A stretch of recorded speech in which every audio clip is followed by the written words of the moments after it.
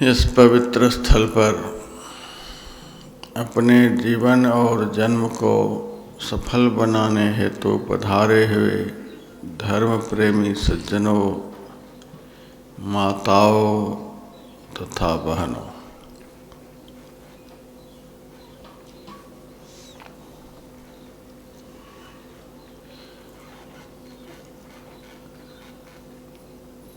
मर्यादा पुरुषोत्तम भगवान श्री राम का आज जन्मदिन है।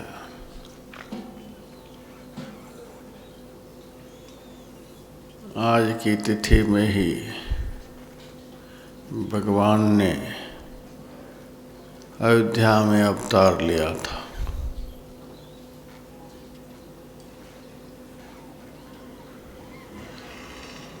लेकिन रामायण से जो कथा चल रही है वह राम जन्म की नहीं, राम वन गमन की।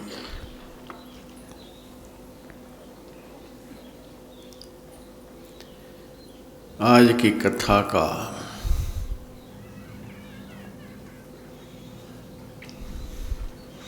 मुख्य विषय रहेगा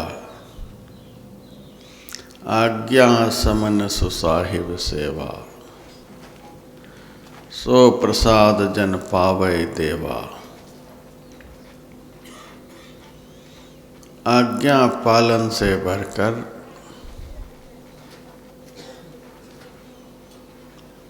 अपने स्वामी की, अपने सद्गुरु की, अपने संत की, अपने आराध्य देव की, अपने इष्ट देव की और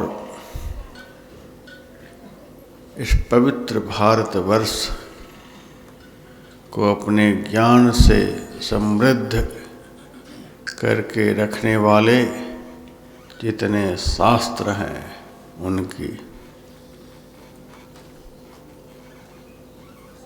कोई सेवा नहीं। आज्ञा पालन, इन सब के आदेश का पालन से बढ़कर कोई सेवा नहीं।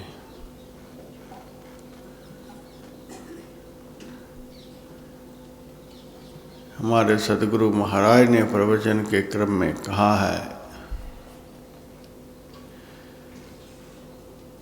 गुरु के वस्त्र को धो देना, उनकी थाली को धो देना, उनके सामने भोजन परोस करके ले आना, उनके चरणों को दबा देना, स्नान करा देना, ये सब कोई विशेष सेवा नहीं। ये बिल्कुल निम्न दर्जे की सेवा है।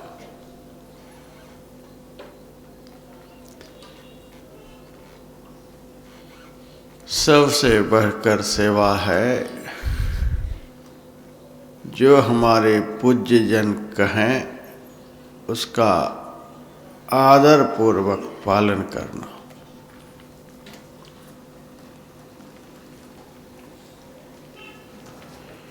एक भी बात मानने को तैयार नहीं, एक भी बात सुनने को तैयार नहीं, जो मन आए सो करता रहे और केवल पानी पिलाता रहे, कपड़े को धोता रहे, थाली को धोता रहे, यह कोई सेवा नहीं। ये नहीं के बराबर निम्न दर्जे की सेवा है। आज्ञा पालन सर्वोपरि सेवा है।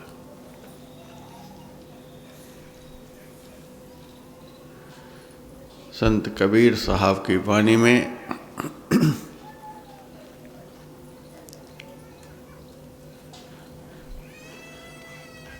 गुरु को सिर पर राखिए, चलिए आज्ञा मान, कह कबीर तादास को तीन लोक भय नान।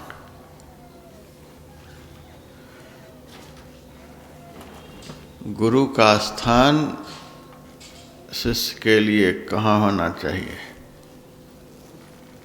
सिर पर गुरु को, अपने सद्गुरु को, अपने संत को, अपने आराध्य देव को, अपने उपास्य देव को कहाँ रखें? तो कहा सिर पर।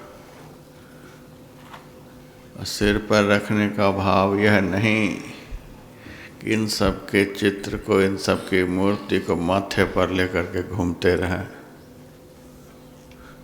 इसको पागलपन कहेंगे। सिर का अर्थ होता है श्रेष्ठ, शीर्ष, सबसे ऊंचा, सबसे बड़ा, सबसे महान, जिससे ऊंचा और कोई भी स्थान नहीं हो सके।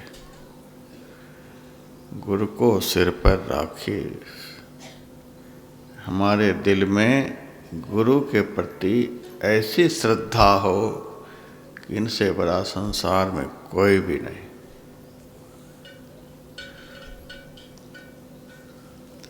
गुरु को सिर पर रखे, इनसे बड़ा कोई भी नहीं। गोविंद के किए जीव जात है रसातल को, गुरु उपदेश सो तो छुटे जम फंदते। गोविंद के किए जीव बस परे कर्मन के, गुरु के निवारे सु फिरत हैं स्वच्छंदते। गोविंद के किए जीव डूबत भव सागर में, सुंदर कहत गुरु काढ़ें दुख द्वंदते।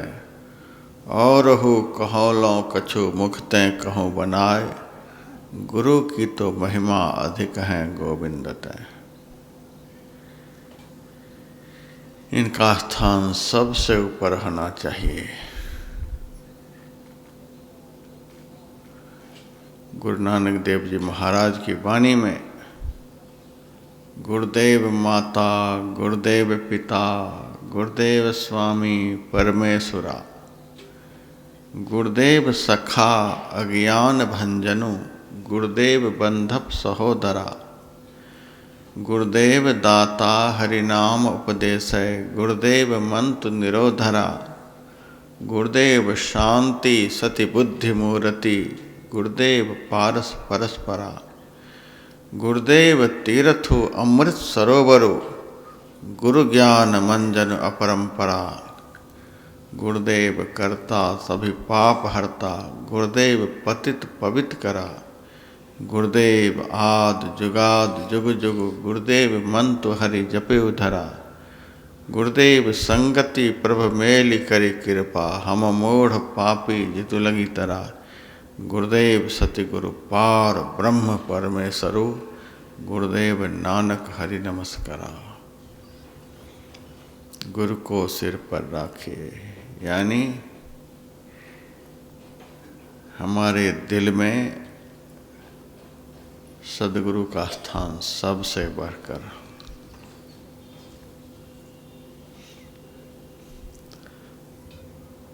दिल में उनके प्रति सबसे बढ़कर स्थान है, तो उनकी आज्ञा भी हमारे लिए सर्वोपरि है। चलिए आज्ञा माही, जो कहें बस आंख बंद करके करते जाए, तर्क वितर्क नहीं, संदेह नहीं। आदेश प्राप्त हो, कठिन काम हो, सहज काम हो, जैसा भी काम हो, आदेश मिल जाए, जुट जाना चाहिए। चलिए आज्ञा माही। एक बहुत बड़े सूफी संत हुए,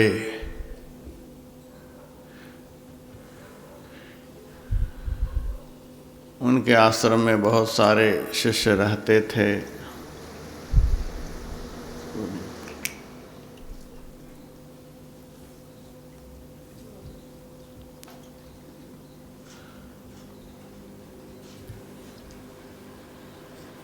लेकिन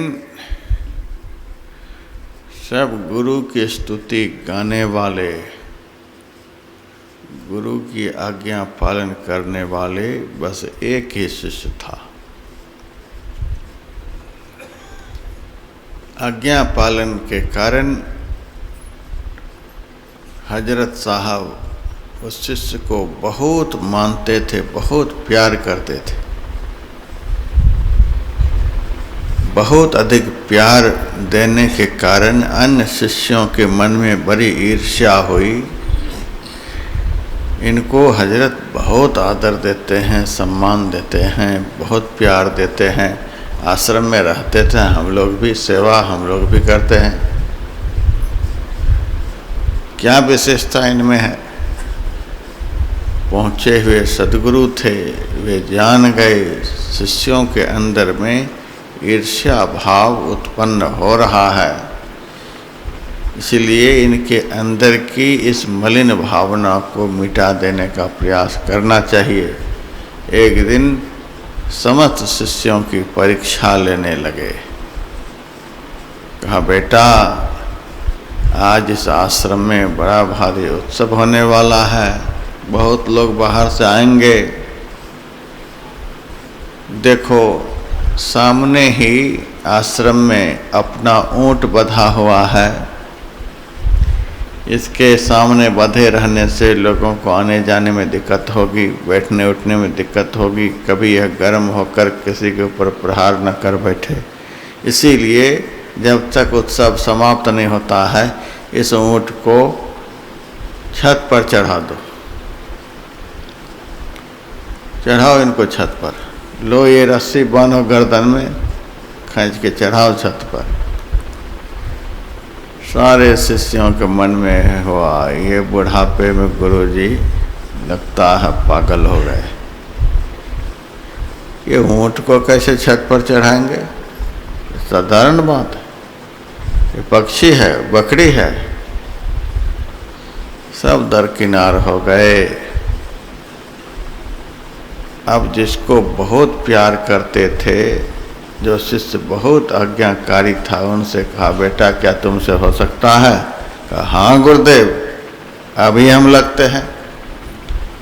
ऊंट की गर्दन में रस्सी बांध दी और अपने चढ़ गए छत पर और वहीं से लगे खींचने। सुबह से खींचते खींचते शाम के 4 बज गए। अब ऊंट कैसे छत पर चढ़े? सारे शिष्यगण देख रहे थे। 4 बजे शाम में सबने कहा, देखो एक ऐसा मूर्ख, जैसे गुरु वैसे चेले। पूरे दिन भर से इस ऊंट को परेशान कर रखा है, रस्सी बांधकर खींच रहा है। बकरी है, कोई पक्षी है, कोई साधारण जानवर है। देखो किस कदर यह ऊंट परेशान हो रखा है, ये कभी चढ़ सकता है ऊपर?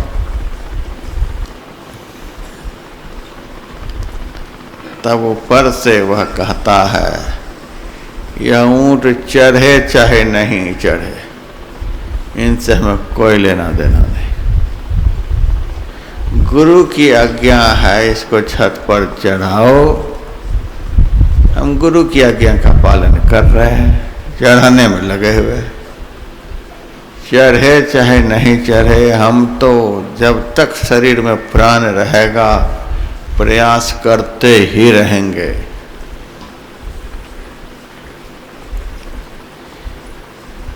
जैसे ही यह भाव उनके अंदर से प्रकट हुआ, वैसे ही एक पक्षी जिस प्रकार उड़ करके नीचे से पेड़ पर चढ़ जाता है, बैठ जाता है, वैसे ही लगा कि ऊंट को पंख हो गया और झट से कूद करके छत पर बैठ गया।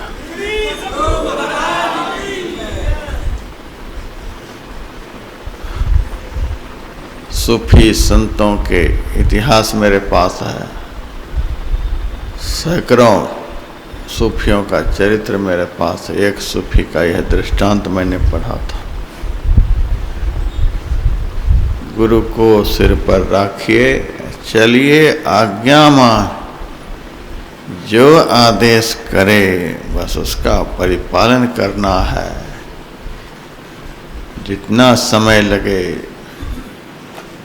जितना जो कुछ झेलना पड़े, केवल हमें लगे रहना है। गुरु जी ने कहा है इस तरह से मंत्र का जप करो, इस तरह से इष्ट के रूप का ध्यान करो, इस तरह से अपने मन को, अपनी वृत्ति को, अपनी दृष्टि को एकाग्र करो, इस तरह से ध्यान लगाओ, इस तरह से सत्संग करो, इस तरह से खाओ पियो, इस तरह से उठो बैठो, सब कुछ बता दिया है।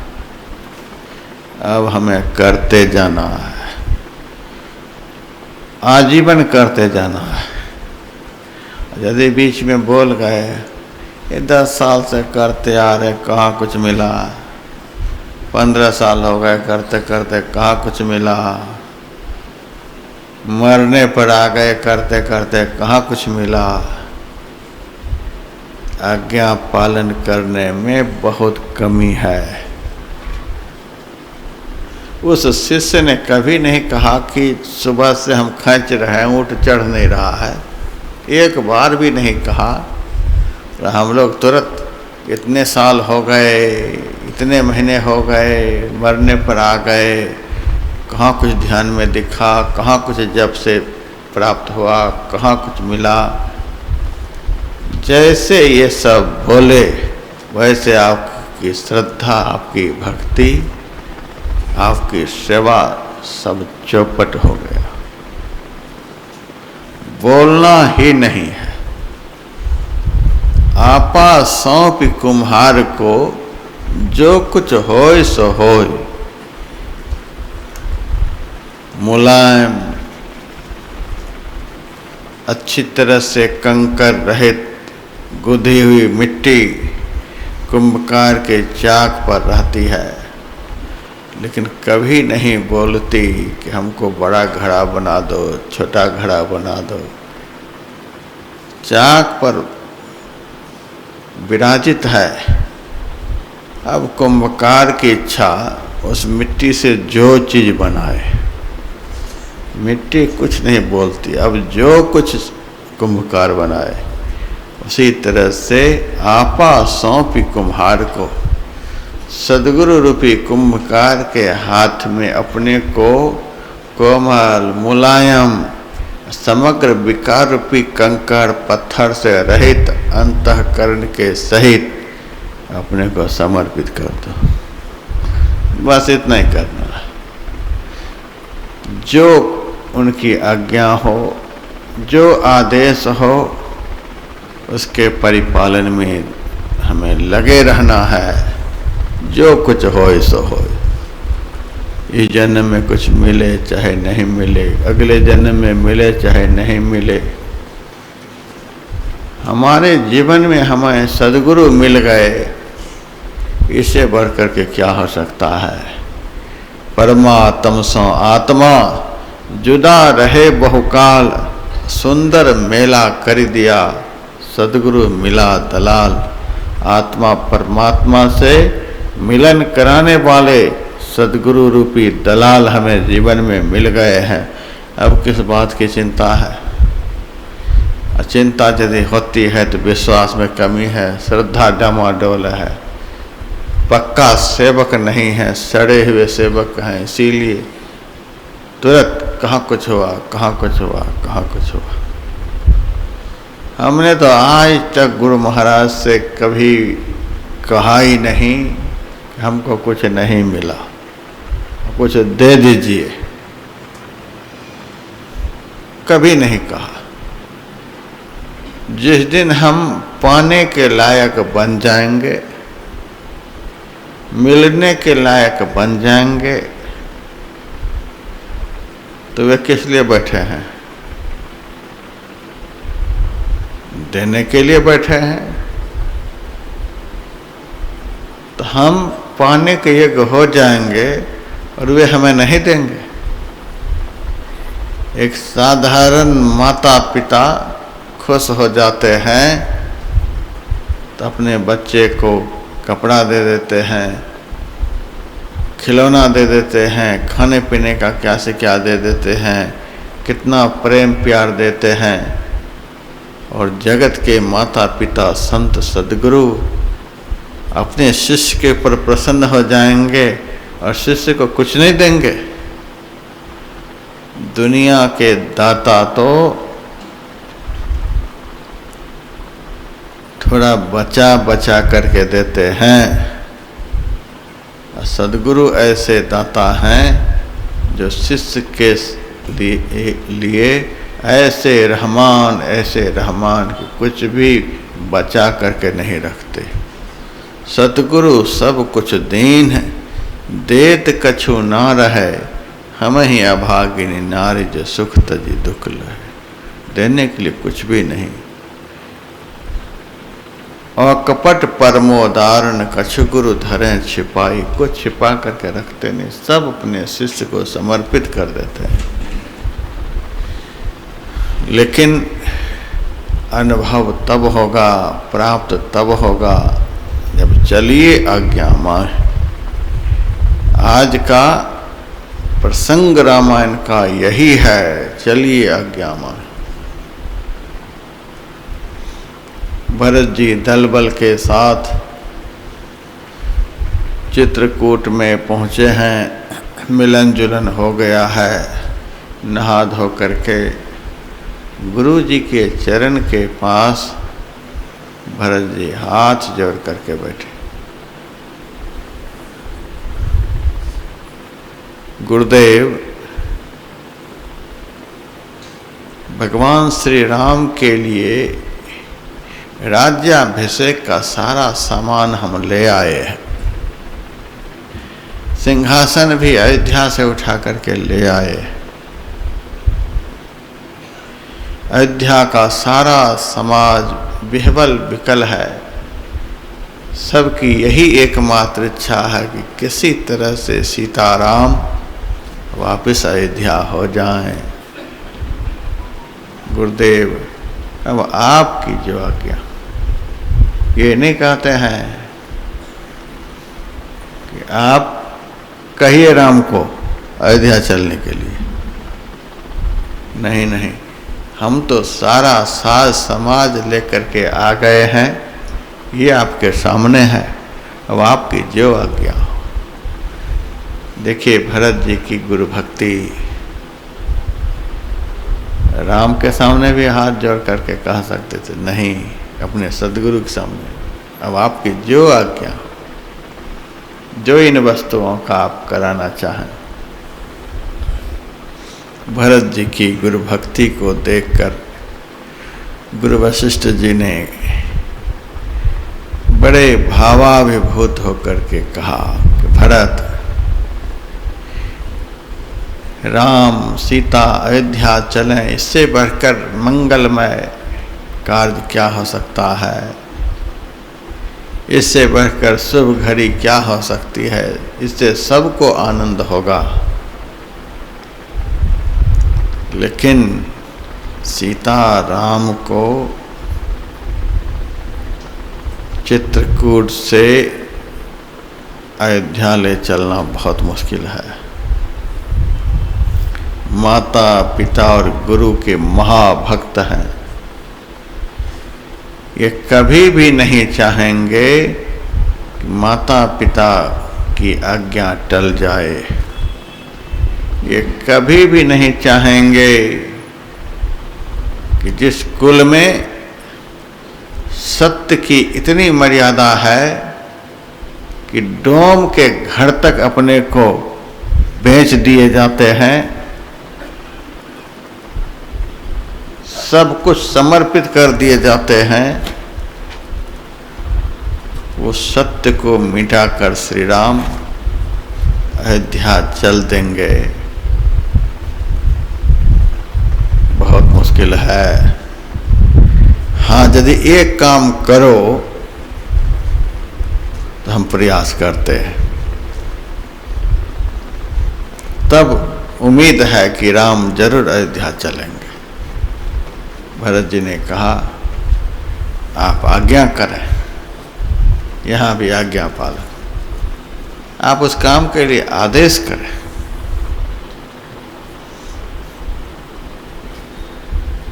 गुरु वशिष्ठ जी ने कहा, तुम्हारे लिए आदेश यही है कि तुम और शत्रुघ्न जी 14 साल के लिए वन में रह जाओ, और फिर मैं राम से जाकर कहता हूं कि राम तो सीता और लक्ष्मण के साथ अयोध्या वापस हो जाओ।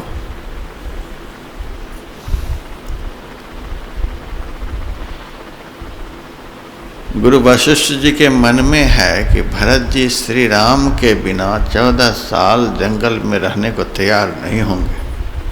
जैसे कहा तो 14 साल के लिए दोनों भाई जंगल में रह जाओ तो हम दोनों भाई को वापस कर दें। इतने भरत जी खुश हुए, इतने भरत जी खुश हुए, उनको लगा कि श्री राम अयोध्या पहुंच गए।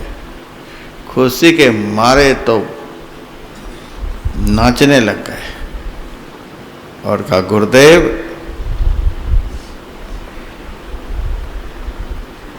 आप 14 साल की बात करते हैं,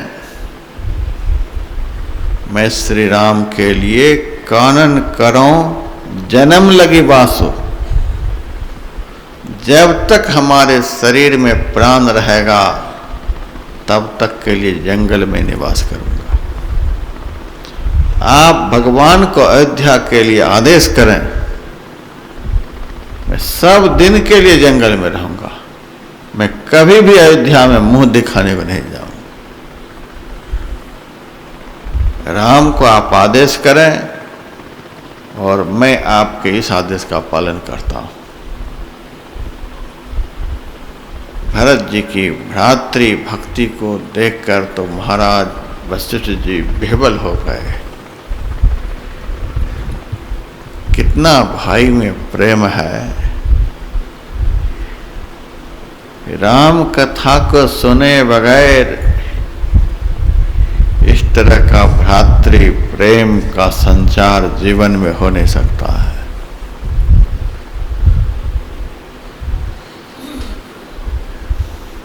अब तो कोई उपाय नहीं सूझ रहा है।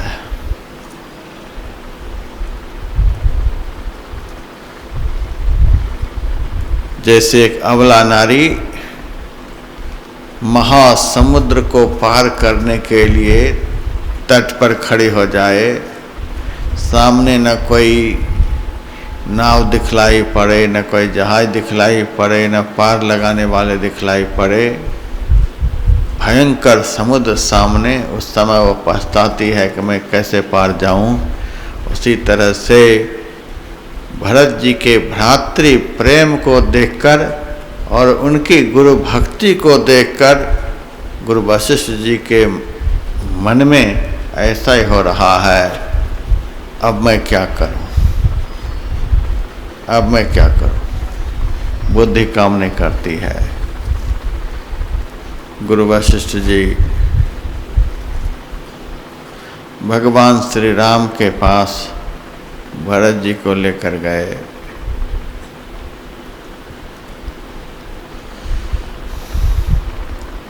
भगवान श्री राम गुरु जी के चरणों पर माथा रखकर उनके आदेश से हाथ जोड़कर सामने बैठ गए। एक तरफ भरत जी हाथ जोड़कर गुरु के सामने बैठे हैं, दूसरी तरफ श्री राम जी हाथ जोड़ करके बैठे हुए हैं। एक तरफ भरत जी आज्ञा पालन के लिए हाथ जोड़कर बैठे हैं, दूसरी तरफ श्री राम जी आज्ञा पालन के लिए बैठे हुए हैं। गुरुदेव आपकी जो आज्ञा हो। भगवान श्री राम ने कहा,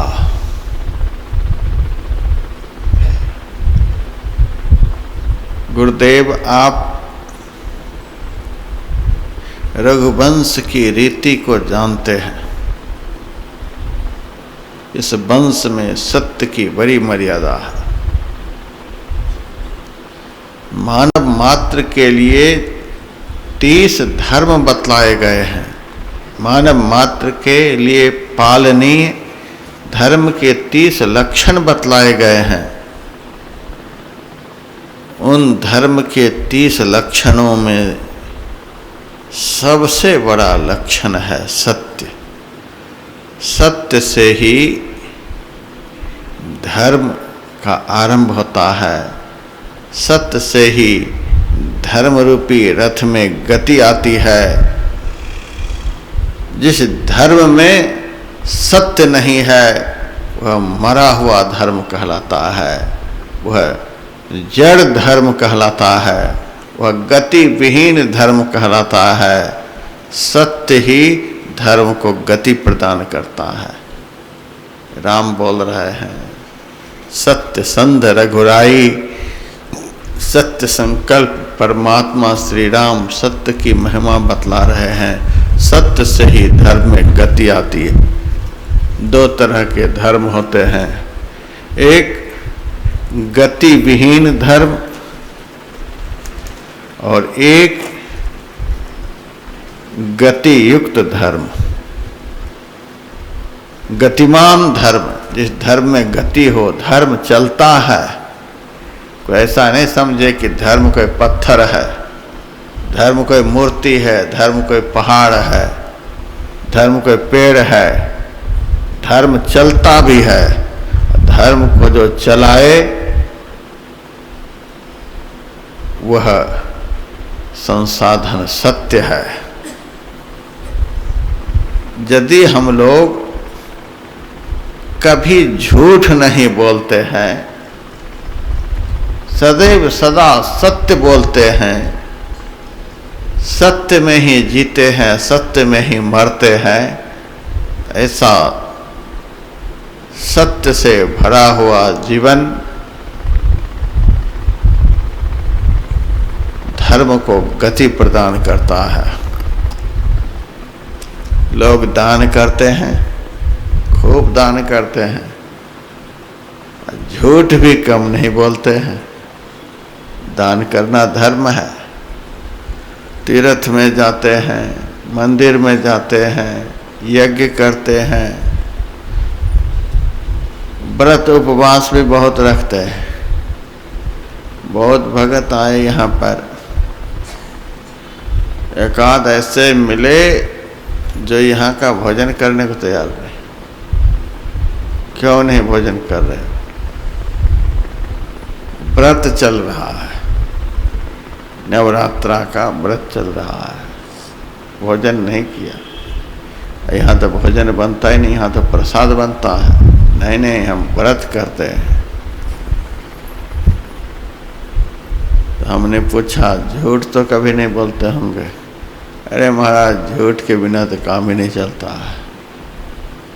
व्रत भी कर रहे हैं, उपवास भी कर रहे हैं, तीर्थ भी कर रहे हैं, धाम भी कर रहे हैं, झूठ भी बोल रहे हैं।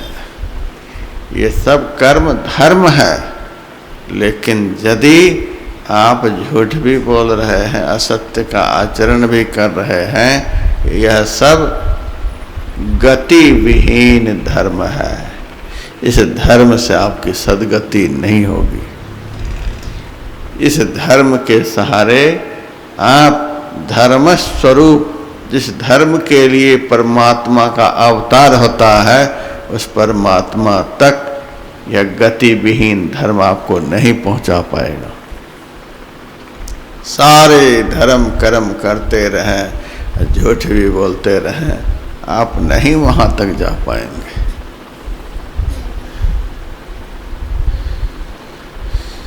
श्रीमद् भागवत महापुराण का पहला ही मंगलाचरण का श्लोक है, जिस श्लोक की अंतिम कड़ी है, सत्यम परम धीमहि। हम परम सत्य का ध्यान करते हैं। सत्य ही परमात्मा है, सत्य ही भगवान है, हम उनका ध्यान करते हैं। सत्य परमात्मा इसीलिए है कि सत्य उसको कहते हैं जिसमें कभी अभाव नहीं होता है, जिसमें कभी परिवर्तन नहीं होता है, जिसका कभी विनाश नहीं होता है, जो सदा एक रस रहता है, जो अखंड है, अनंत है, असीम है, अनादि है, त्रिकाला बाधित है। ऐसे तत्व को सत्य कहा जाता है, ऐसे सत्य को ही परमात्मा कहा जाता है। ऐसे परम सत्य का साक्षात्कार झूठ बोलने वाला नहीं कर सकता। तो सारे धर्म कर्म हम कर लें, सत्य का कभी पालन नहीं करें तो अब मरा हुआ धर्म है, वह जड़ धर्म कहलाता है। तीर्थ में आप लोग आए हुए हैं, तीर्थ में बहुत सारे लोग आए हुए हैं। कोरोना के चलते कम लोग आए हैं। YouTube पर जितने लोग यहाँ बैठे हैं उससे बहुत गुना अधिक लोग अपने अपने घर में इस सत्संग को सुन रहे हैं। सीधा प्रसारण हो रहा है। मैं सबसे कह रहा हूँ, जो यहाँ आ गए हैं, जो घर बैठे यहाँ के सत्संग का आनंद ले रहे हैं, घर बैठे चाहे यहाँ बैठे, यदि परमात्म धाम में गति करना चाहते हैं, परमात्मा के दरबार में आप पहुंचना चाहते हैं, उस प्रभु का दर्शन करना चाहते हैं, उनसे मिलना चाहते हैं, तो आपको चेतन धर्म का आश्रय लेना पड़ेगा, चैतन्य धर्म का परिपालन करना पड़ेगा, गतिमान धर्म का सहारा लेना पड़ेगा। वही धर्म आपको वहां तक पहुंचाएगा। नहीं तो आप तीर्थ में, धाम में, व्रत में, उपवास में, दान में, यज्ञ में, इन सब चीज़ों में लगे रहें।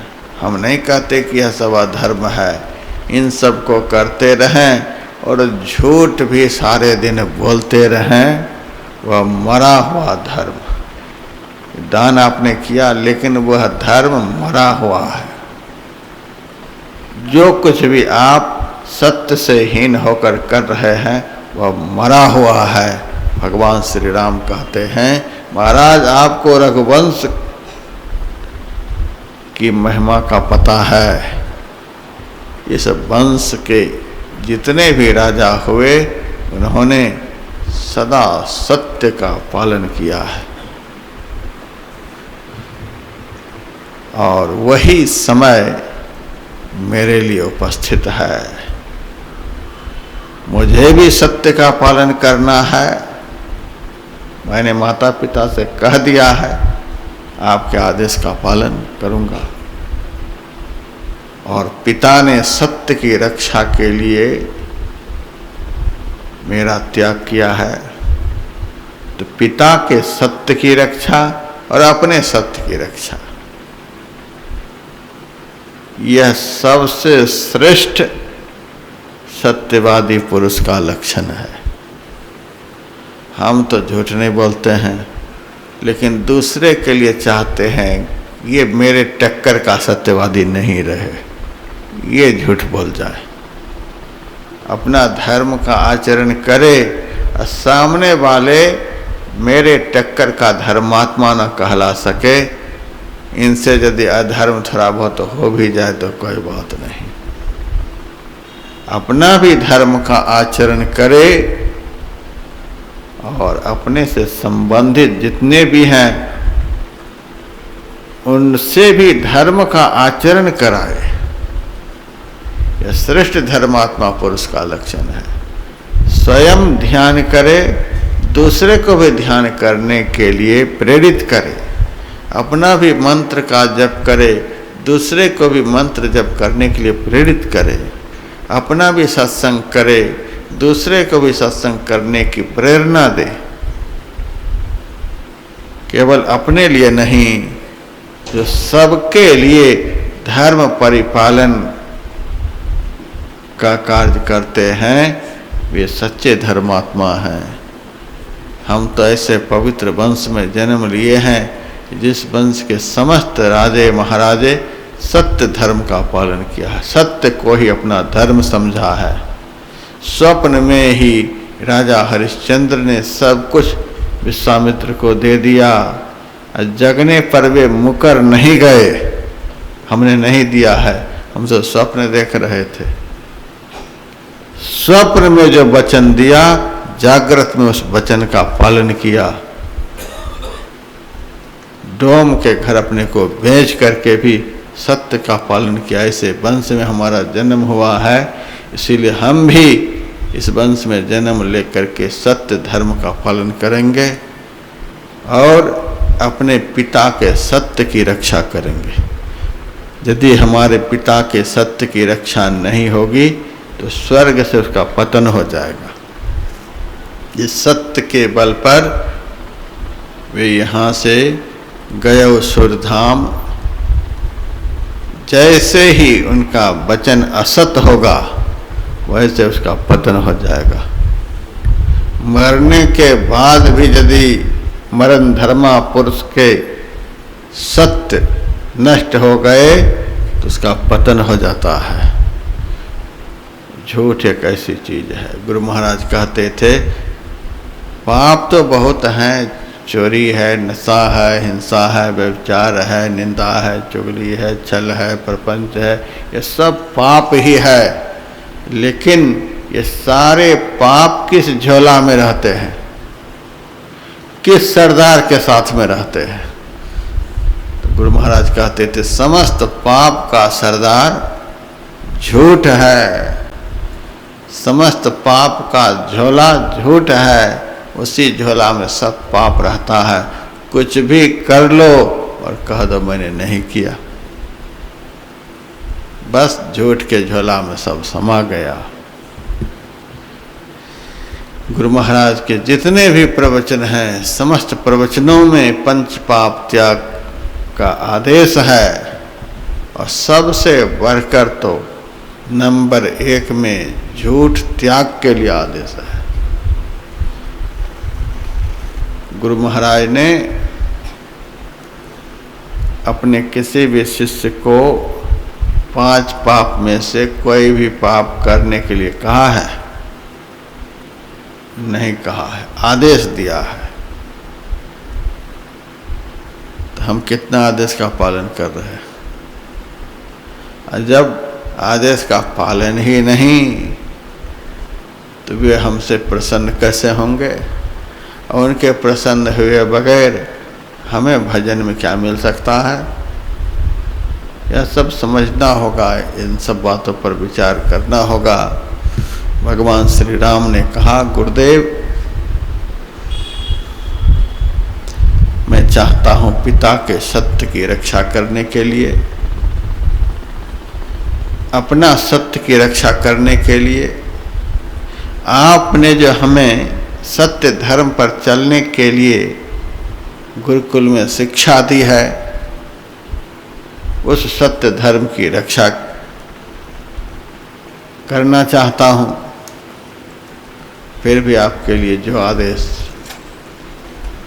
आप जो आदेश हमें करें हम तैयार हैं।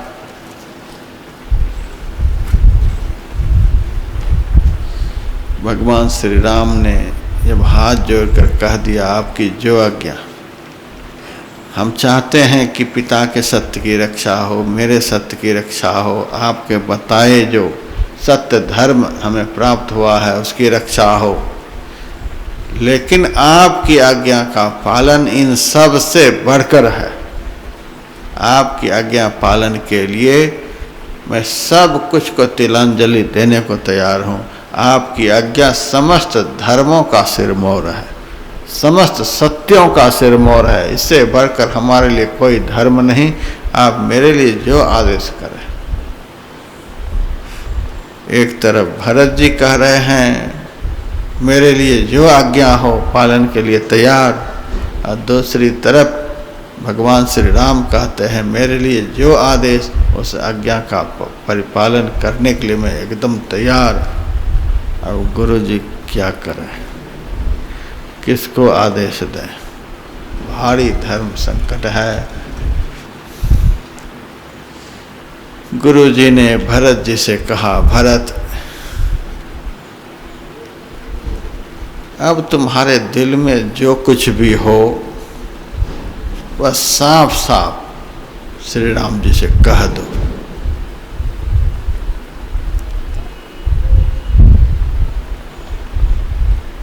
भरत जी उठकर खड़े हो गए। बोलना तो नहीं चाहिए, अपने से श्रेष्ठ जनों के सामने मुंह नहीं खोलना चाहिए। गुरुदेव जब आप बोलने वाले बैठे हुए हैं, हमारे बड़े भाई बोलने के लिए बैठे हुए हैं, तब इन बड़ों के सामने एक तुच्छ सेवक को कभी भी बोलना नहीं चाहिए। फिर भी आपकी आज्ञा है तो मैं बोलता हूँ। भैया आपके लिए राज तिलक का सामान यहाँ पर रखा हुआ है, सिंहासन लाया हुआ हूँ। यदि आपकी इच्छा हो इसे आप स्वीकार करें। जबरदस्ती नहीं कर रहे हैं। अपने से श्रेष्ठ जनों के सामने जबरदस्ती भी नहीं। हाथ पकड़ लेते हैं बहुत लोग। महाराज मेरे माथे पर हाथ रखो, मेरे माथे पर हाथ रखो। अरे आशीर्वाद तो दे ही रहे हैं। जिनके अंदर ताकत है आशीर्वाद देकर कुछ करने की, वे अपने आसन पर से भी कर सकते हैं, लेकिन नहीं, माथे पर हाथ रखो। अच्छा ठीक है जाओ। फिर भी हाथ पकड़ ले, नहीं ऐसे रखो, ऐसे करके रखो। यही है भक्ति। इसको भक्ति नहीं कहते, जबरदस्ती।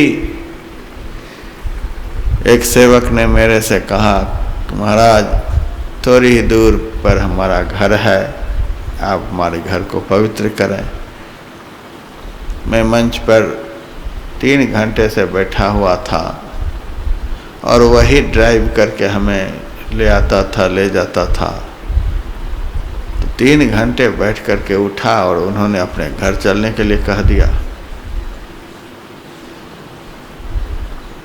मेरे मन में हुआ कि बड़ी श्रद्धा से ले आता है, ले जाता है। अच्छा चलते। कितनी दूर है? महाराज 2 मिनट का रास्ता है, 2 मिनट का। 2 मिनट कह कर 12 किलोमीटर ले गया। रास्ता इतना खराब कि 12 किलोमीटर पहुंचने में पौने घंटे लगे। कमर में इतना दर्द होने लगा। उनके आंगन में जाकर मैंने कहा कि देखो पहले तूने कहा था 2 मिनट लगेगा। कमर में इतना भयंकर दर्द, रास्ता इतना खराब, गाड़ी लगता था कि कब उलट जाएगी। यदि कुछ हो जाता तो कल का सत्संग कैसे होता। यदि हमारा शरीर रास्ते में ही छूट जाता, ऐसा विकट रास्ता तो ले आया, तो कल का सत्संग कौन करता। तब उसने कहा आपका शरीर छूट जाता, लेकिन मेरा घर तो पवित्र नहीं हो पाता। मेरा घर पवित्र हो गया, अब जो आपको हुआ सो हुआ महाराज, हम तो इसी को सबसे बड़ा धर्म मानते हैं। ये है जबरदस्ती धर्म का आचरण। सामने वाले को सुख मिल रहा है कि नहीं मिल रहा है, क्या सब हो रहा है, समय बर्बाद हो रहा है, लेकिन नहीं, हमारी बात रहनी चाहिए। हमसे इस बात के लिए भी बहुत लोग नाराज रहते हैं। ये तो हम लोगों की पूरी बात सुनते नहीं, मानते नहीं। हमारे महाराज तो ऐसे थे, 1 मिनट में सब कुछ सुनते थे, अभी चलो तो अभी चलो। लेकिन ये तो कहते हैं जब मेरा मन करेगा तब। ऐसा नहीं। भरत जी हाथ जोड़ करके खड़े हैं। बोलना नहीं चाहिए, आप सब श्रेष्ठ जन हैं, फिर भी मैं बोल रहा हूँ। और कहते हैं सारा साज सामान लेकर के आया हूँ, अब आपकी इच्छा हो तो इसे पवित्र करें। भगवान श्री राम ने अच्छी तरह से भरत जी को समझाया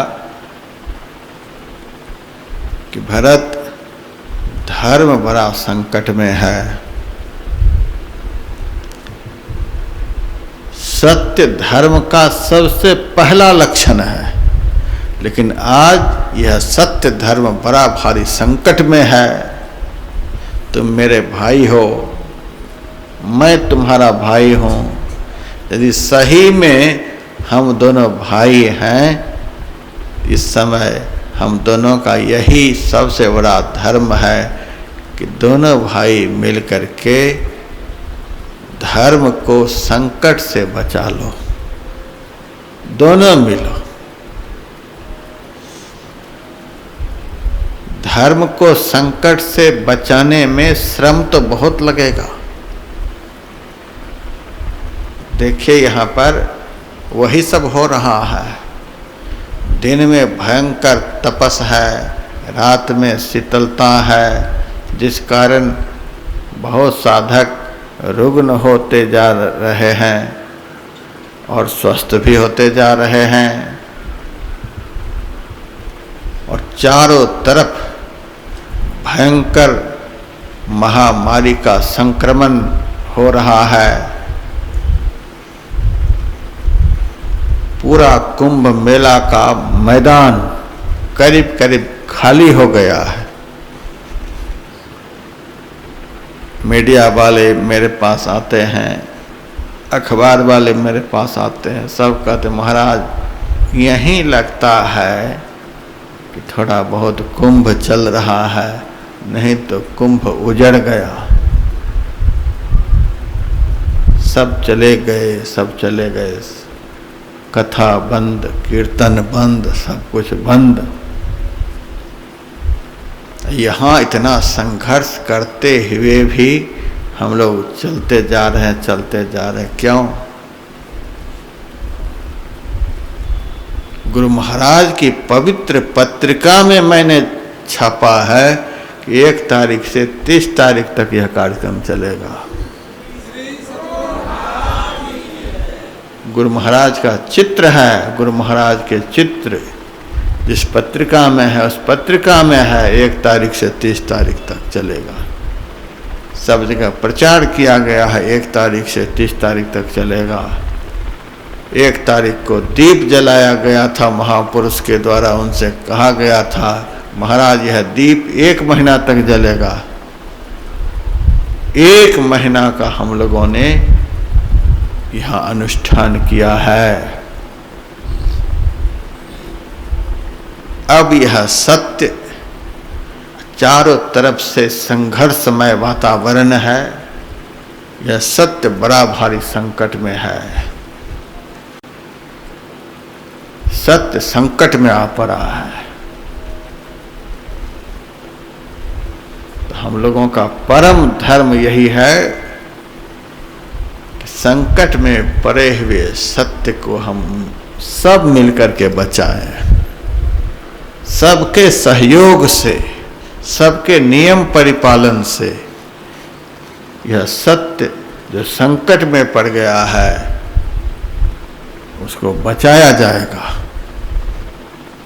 हमने तो कह दिया था कि यदि सब यहाँ से कोरोना के भय से भाग भी जाएंगे तो भी हम धर्म ध्वज जो सामने गाड़ रखा है, धर्म ध्वज को पकड़कर 30 तारीख पूरा करके ही उठेंगे।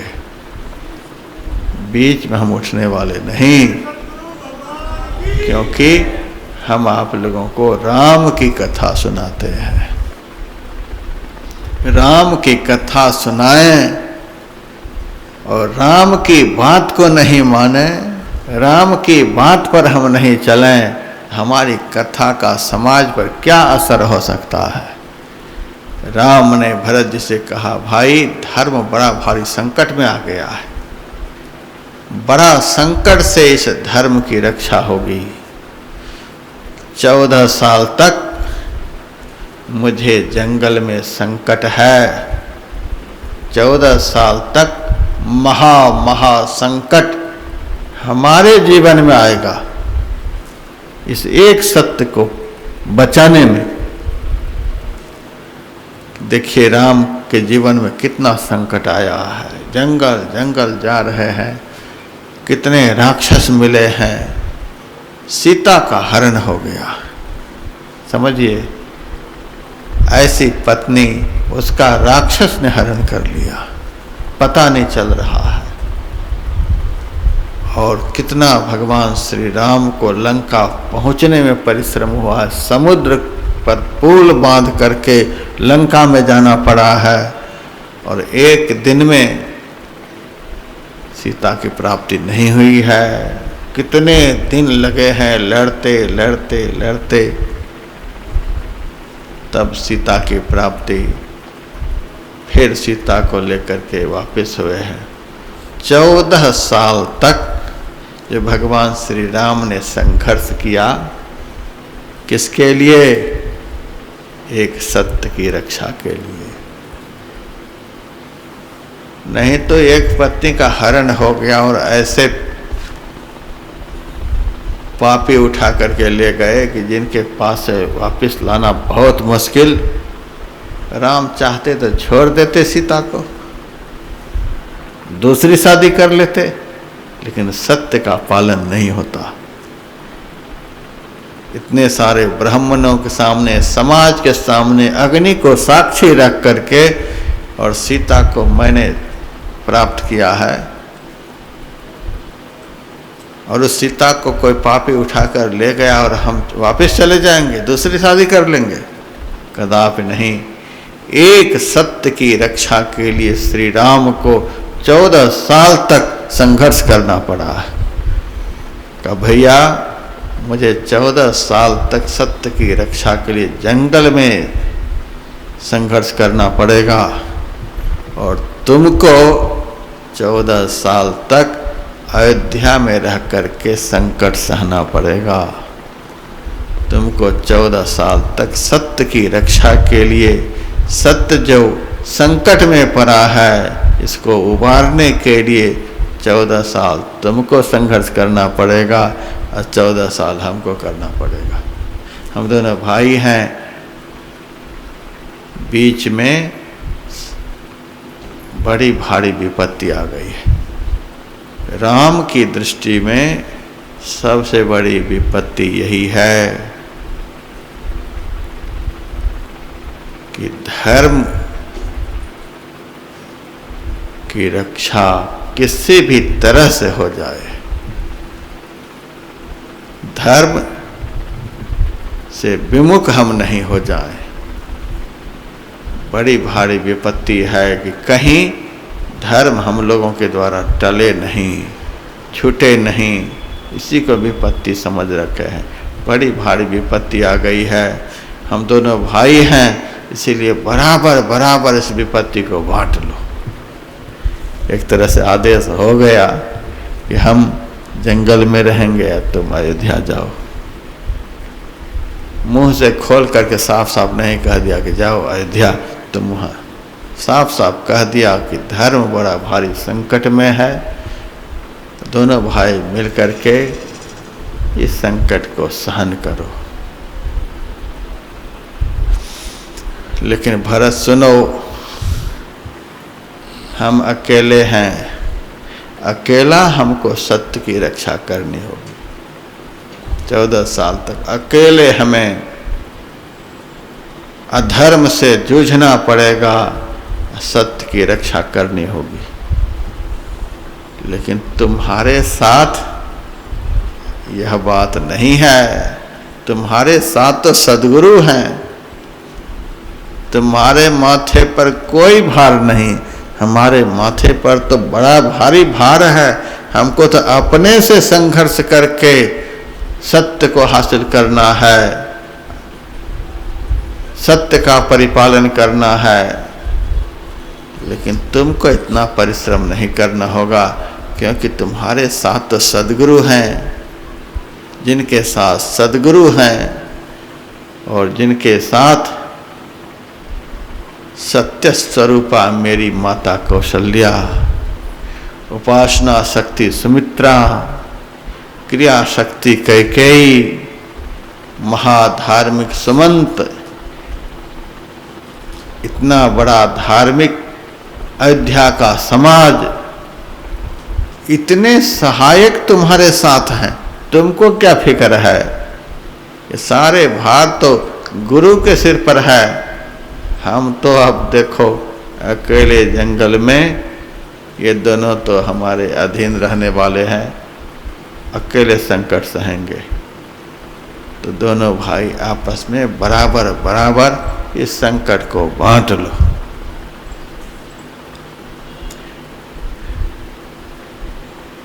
उस वक्त जनक जी भी जनकपुर से आए हुए हैं, वे तो एक शब्द नहीं बोल सके। हाथ जोड़ करके भरत जी ने बस आज्ञा स्वीकार कर लिया। एक बार दुराग्रह नहीं किया कि आप चलें, नहीं आप चलें, आपके लिए ये लेकर के आए हैं, वो लेकर के आए हैं, आप नहीं जाएंगे तो हम फांसी लगा लेंगे, हम मर जाएंगे, जहर पी लेंगे, कुछ नहीं बोल रहे हैं। बस आज्ञा समन सो साहिब सेवा, सो प्रसाद जन पावे देवा। आपकी यदि यही आज्ञा है तो आपकी आज्ञा शिरोधार्य है। लेकिन इस आज्ञा का पालन हम मात्र 14 साल करेंगे। 14 साल जिस दिन पूर्ण हो जाएगा, उस दिन तक के लिए आपकी आज्ञा पूर्ण होते ही यदि आप अयोध्या नहीं पधार गए तो भरत के शरीर में 1 मिनट के लिए भी प्राण नहीं रहेगा। यह भी आप समझ लीजिए। यह आप नहीं सोचेंगे कि भरत को मैंने समझा बुझा करके वापस कर दिया, अब हम लौट करके जाएंगे नहीं, सो नहीं। आपकी आज्ञा का पालन 14 साल के लिए। तो ठीक है, मैं जाऊंगा, लेकिन 14 साल के बाद यदि आप नहीं पधारेंगे तो भरत को जिंदा नहीं पाएंगे। यह कह दिया।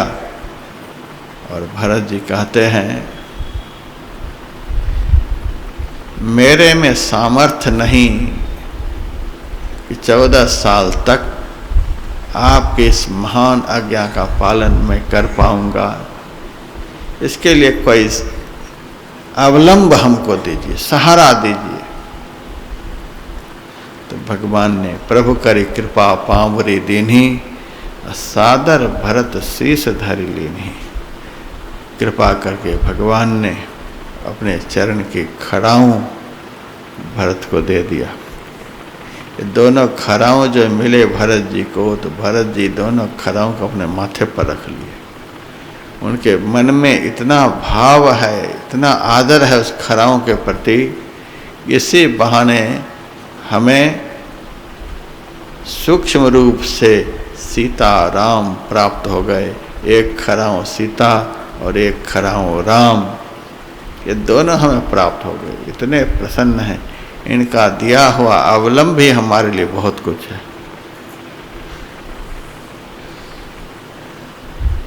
गुरु महाराज अभी शरीर में नहीं है,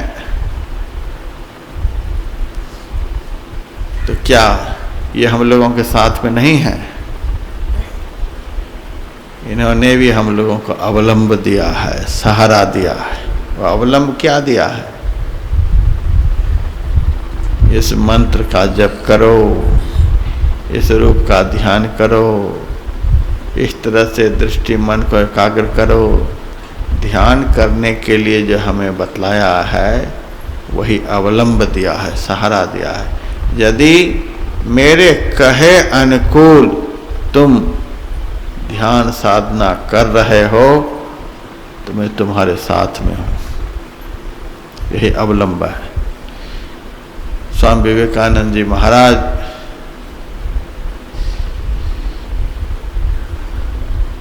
रामकृष्ण परमहंस के अस्थि कलश को लेकर नवनिर्मित समाधि मंदिर में जा रहे थे और जाते समय उन्होंने अपने साथियों से कहा था कि हमसे ठाकुर बोले थे, जब तक तुम हमारे बताए मार्ग पर चलते रहोगे तब तक हम तुम्हारे साथ में हैं। तुम मुझे जहाँ लेकर के चलो, जहाँ लेकर के जाओगे मैं तुम्हारे साथ चलता रहूँगा। शरीर में नहीं है, लेकिन विवेकानंद जी कह रहे हैं, हमारे सदगुरु हमारे ठाकुर रामकृष्ण परमहंस ने कहा था, जब तक तुम हमारे बताए रास्ते पर चलते रहोगे तब तक तुम मुझे जहाँ ले जाना चाहोगे, जिस स्थान पर बिठाना चाहोगे वहाँ मैं जाऊँगा, वहाँ बैठूँगा। लेकिन जिस क्षण तुम हमारी आज्ञा का उल्लंघन करोगे उस दिन तुम्हारा साथ छोड़कर, तुम्हारे उस स्थान को छोड़कर मैं सदा सदा के लिए अपने धाम में चला जाऊंगा, फिर मैं तुम्हारे साथ नहीं रहूंगा। यह भी बड़ा सुंदर संकेत है। यदि हम लोग गुरु महाराज की आज्ञा का पालन करते हैं तो गुरु महाराज हमारे साथ में हैं। यदि आज्ञा का पालन नहीं हो रहा है, हम कहीं भी रहें, ये हमारे साथ में नहीं, ना वहाँ उस स्थान पर जहाँ झूठ रहेगा, जहाँ चोरी रहेगी, जहाँ नशा रहेगा, जहाँ हिंसा रहेगी, जहाँ व्यभिचार रहेगा, जहाँ छल कपट रहेगा, जहाँ निंदा चुगली रहेगी, वहाँ पर संत की चेतना रह नहीं सकती, वहाँ संत का निवास रह नहीं सकता है। वहाँ पर पता नहीं कौन निवास करेंगे। रामकृष्ण ने कहा, जैसे मेरी आज्ञा का अतिक्रमण हुआ फिर मैं तुम्हारा साथ छोड़ दूंगा। हम जहाँ हैं उनकी आज्ञा का पालन कर रहे हैं तो ये हमारे साथ में है। तो भरत जी ने खराओं को अपने माथे पर रख लिया, उनको लगा कि भगवान हमारे साथ में हो गए, अवलंब दे दिया, सहारा दे दिया। भरत जी कहते हैं,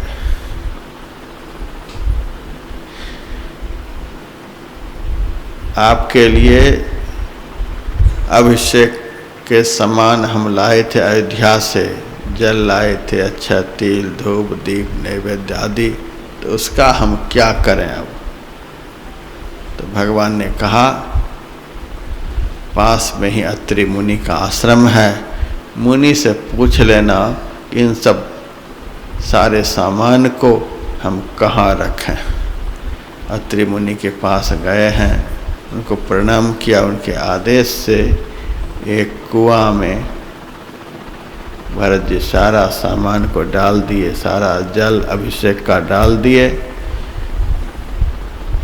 उस कुआं का जल कोई पीता नहीं था, अपवित्र हो गया था। भरत जी के जल डालने से वह महापवित्र हो गया।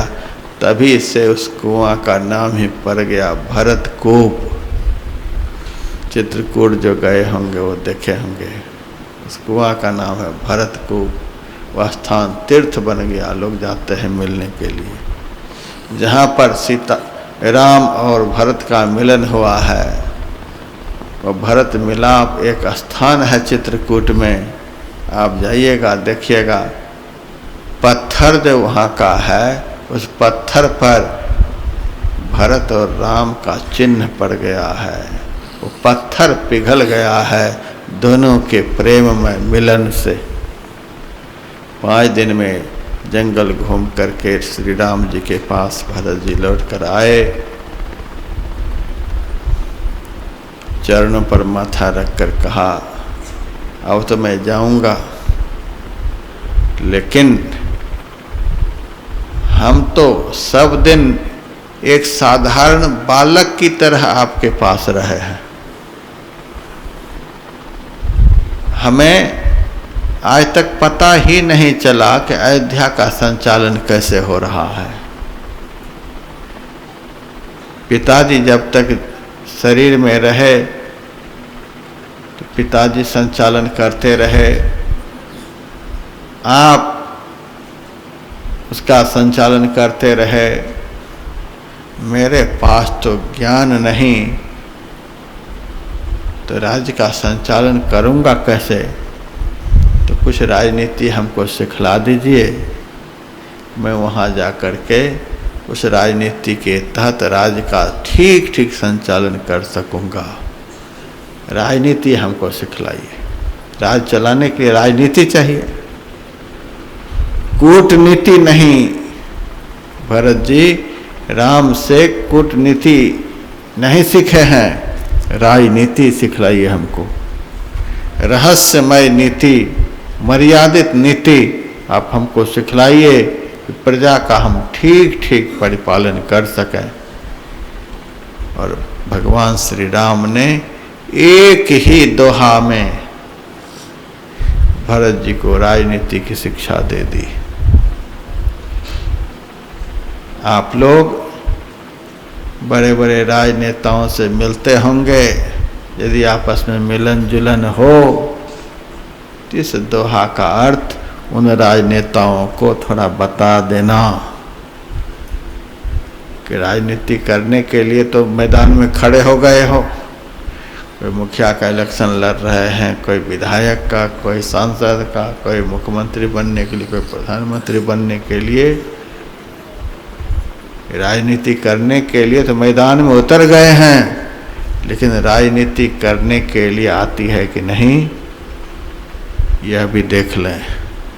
भगवान श्री राम ने भरत जी को राजनीतिक शिक्षा दी है। राम राज्य की बड़ी महिमा लोग गाते हैं। राम के राज्य में यह होता था, वह होता था, यह नहीं होता था, वह नहीं होता था, अधर्म का एक आचरण नहीं होता था, धर्म के सारे आचरण होते थे। राम राज्य की बड़ी महिमा है संसार में। लेकिन हम तो जब रामायण पढ़ते हैं तो देखते हैं कि भरत के समय में जो अयोध्या का संचालन हो रहा था, ऐसा संचालन किसी के समय में नहीं हुआ। राम तो सिंहासन पर जब बैठे हैं तब अयोध्या का संचालन ठीक ढंग से हुआ। अब भरत जी तो बैठे भी नहीं। भरत जी के समय में राम का चरण पादुका रखा गया था, जड़ बैठा हुआ है। खराऊ क्या हो, जड़ पदार्थ है, काठ है, जड़ बैठा है, तो भी एक भी अधर्म का कार्य 14 साल तक अयोध्या में नहीं हुआ। और 14 साल तक ऐसा धर्म का परिपालन हुआ कि उस धर्ममय अयोध्या को देखने के लिए श्री राम जी तरप गए। एक क्षण के लिए भी उन्होंने अयोध्या आने में विलंब नहीं किया। ऐसा राज संचालन भरत जी के समय में हुआ है। एक दोहा राजनीति के लिए भगवान श्री राम ने सिखलाया है। समस्त राजनेताओं को यह दोहा याद रखनी चाहिए। मुखिया मुख सौ चाहिए, खान पान को एक, पालय पोसई सकल अंग, तुलसी सहित विवेक। बहुत लोग मुखिया के इलेक्शन में खड़ा होते हैं, इधर प्रधान बोलते हैं। मुखिया का अर्थ जब हम पूछते हैं कि मुखिया का इलेक्शन लड़ रहे हो, मुखिया का अर्थ बताओ क्या होता है? नहीं, हम तो मुखिया बनेंगे, मुखिया बनेंगे। मुखिया का अर्थ क्या होता है? मुख्य शब्द से मुखिया शब्द बना हुआ है। गांव का सबसे मुख्य आदमी, उसी को मुखिया कहते हैं। यहाँ भी जो सबसे मुख्य आदमी है उसको मुखिया कह सकते हैं। ये तो इस समाज के मुखिया हैं, यानी समाज के मुख्य आदमी, श्रेष्ठ आदमी, पूरे समाज को सही दिशा में ले चलने वाला आदमी। पूरे समाज का अच्छी तरह से संरक्षण करने वाला आदमी, पूरे समाज को एक दृष्टि से देखने वाला आदमी, पूरे समाज के प्रति दया का भाव रखने वाला आदमी, उसी को मुखिया कहते हैं। उसी को हम नेता कह सकते हैं, लीडर कह सकते हैं। प्रधानमंत्री भी मुखिया ही है, मुख्यमंत्री भी मुखिया ही है। यही सबसे बड़ा लीडर का पद है। बिहार प्रांत में, झारखंड सब में एक गांव का नेतृत्व जो करता है उसको मुखिया कहते हैं। लेकिन नहीं, मुखिया का अर्थ ये गांव तक ही सीमित नहीं है। राष्ट्रपति भी मुखिया ही है, प्रधानमंत्री भी मुखिया ही है, मुख्यमंत्री मुखिया है, सांसद मुखिया है, एमएलए मुखिया है। एक गांव का संरक्षण करने वाला भी मुखिया ही है। मुखिया का अर्थ मुख्य, पूरा देश का जो मुख्य आदमी है, जिसको हम प्रधानमंत्री कहते हैं, वह भी मुखिया ही है। पूरा देश का वह मुखिया है। कोई पूरे राज्य का मुखिया है, कोई एक जिला का मुखिया है, कोई एक गांव का मुखिया है, लेकिन सब मुखिया ही है। यही सबसे बड़ा पद है, मुखिया। तो देश के सबसे श्रेष्ठ आदमी को, राज्य के सबसे श्रेष्ठ आदमी को, जिला के सबसे श्रेष्ठ आदमी को, गांव के सबसे श्रेष्ठ आदमी को कैसा होना चाहिए? राम राजनीति सिखला रहे। यदि राम की इस बात को ये मुख्य लोग, ये श्रेष्ठ लोग मान लें तो आज भी दुनिया में राम राज्य की स्थापना हो सकती है।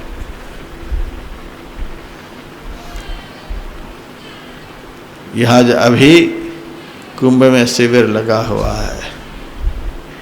यह मेरा तीसरा शिविर है।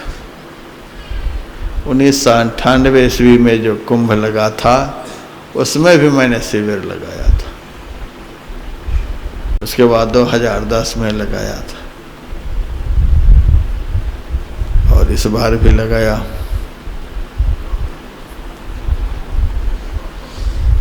अंठानवे में मैंने लगाया।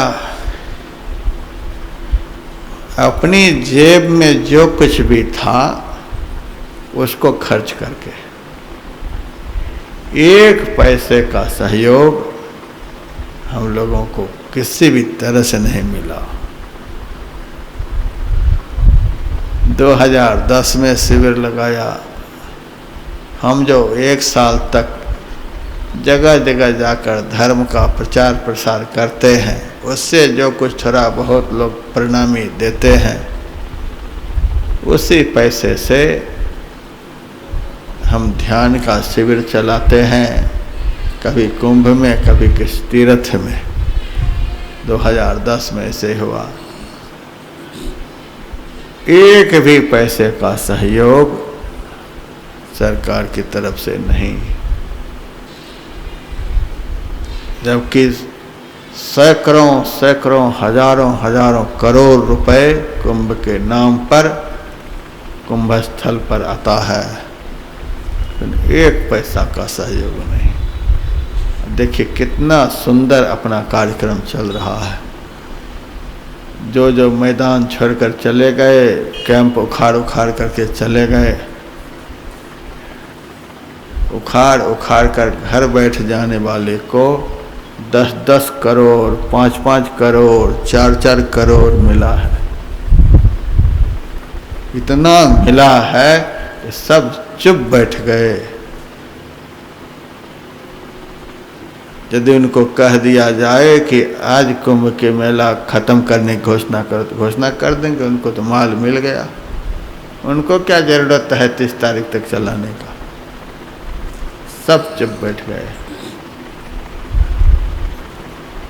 और हम लोग एक भी पैसे का सहयोग नहीं लिए हैं। सारे पैसे जो हजारों हजारों करोड़ केंद्र से आते हैं कुंभ के लिए, वो कहाँ चले जाते हैं? कहाँ जाते हैं पता नहीं चलता है। हमारे पुलिस कर्मचारी धूप में बैठे हुए हैं, धूप में घूम रहे हैं। सारी व्यवस्था को व्यवस्थित रखने के लिए ये लोग कितने परिश्रम करते हैं। इन लोगों को क्या मिला? इन लोगों को केवल वेतन मिलता है। दिन भर धूप में इधर से उधर करते हैं। मिला किसको? मुखिया को। पिछले बार भी सैकड़ों करोड़ कहाँ चले गए कुछ पता नहीं। इस बार भी कहाँ चले गए कुछ पता नहीं, कुछ पता नहीं चलेगा। क्योंकि ये मुखिया लोग रामायण नहीं पढ़ते हैं, राम के उपदेश को न सुनते हैं न उस पर चलते हैं। इसीलिए इस तरह की नीति बन गई। ये समाज के पैसे को, धर्म के पैसे को लूट लेते हैं। राम ने भरत जी को राजनीति सिखलाई। मुखिया मुखसों चाहिए, खान पान को एक, पाले पोसे सकल अंग, तुलसी सहित विवेक। मुखिया को, समाज के मुख्य व्यक्ति को, लीडर को, नेता को मुख के समान होना चाहिए। भरत समाज के मुख्य आदमी को, मुखिया को मुंह के समान होना चाहिए। मुखिया मुख सा चाहिए। इसी मुंह में हम चावल डालते हैं, दाल डालते हैं, दही डालते हैं, खीर डालते हैं, सब कुछ एक जगह डालते हैं। लेकिन मुंह क्या करता है? मुंह को केवल परिश्रम हाथ लगता है। मुंह केवल परिश्रम करता है, चबाता चबाता चबाता हुआ एकदम से बारीक करके फिर भीतर पहुंचाता है। मुख का चबाया हुआ ही वह जो रस है हाथ में जा रहा है, पैर में जा रहा है, सिर में जा रहा है। सारे अंग प्रत्यंग का अकेला ही मुंह पालन पोषण करता है। जाता है एक जगह पर और सर्वांग का यह मुंह पालन पोषण करता है। पाले पोषे सकल अंग, तुलसी सहित विवेक। विवेक पूर्वक पालन पोषण करता है। विवेक पूर्वक इसीलिए कहा कि हाथ में जितना रस पहुंचाना चाहिए उतना रस हाथ में देते हैं, पैर में जितना रस पहुंचाना चाहिए उतना रस पैर में देते हैं, पेट में जितना रस पहुंचाना चाहिए उतना रस पेट में, नाक में जितना चाहिए, आँख में जितना चाहिए, सब जगह यदि बराबर बराबर रस पहुंच जाए तो नाक भी पैर के जैसा हो जाएगा,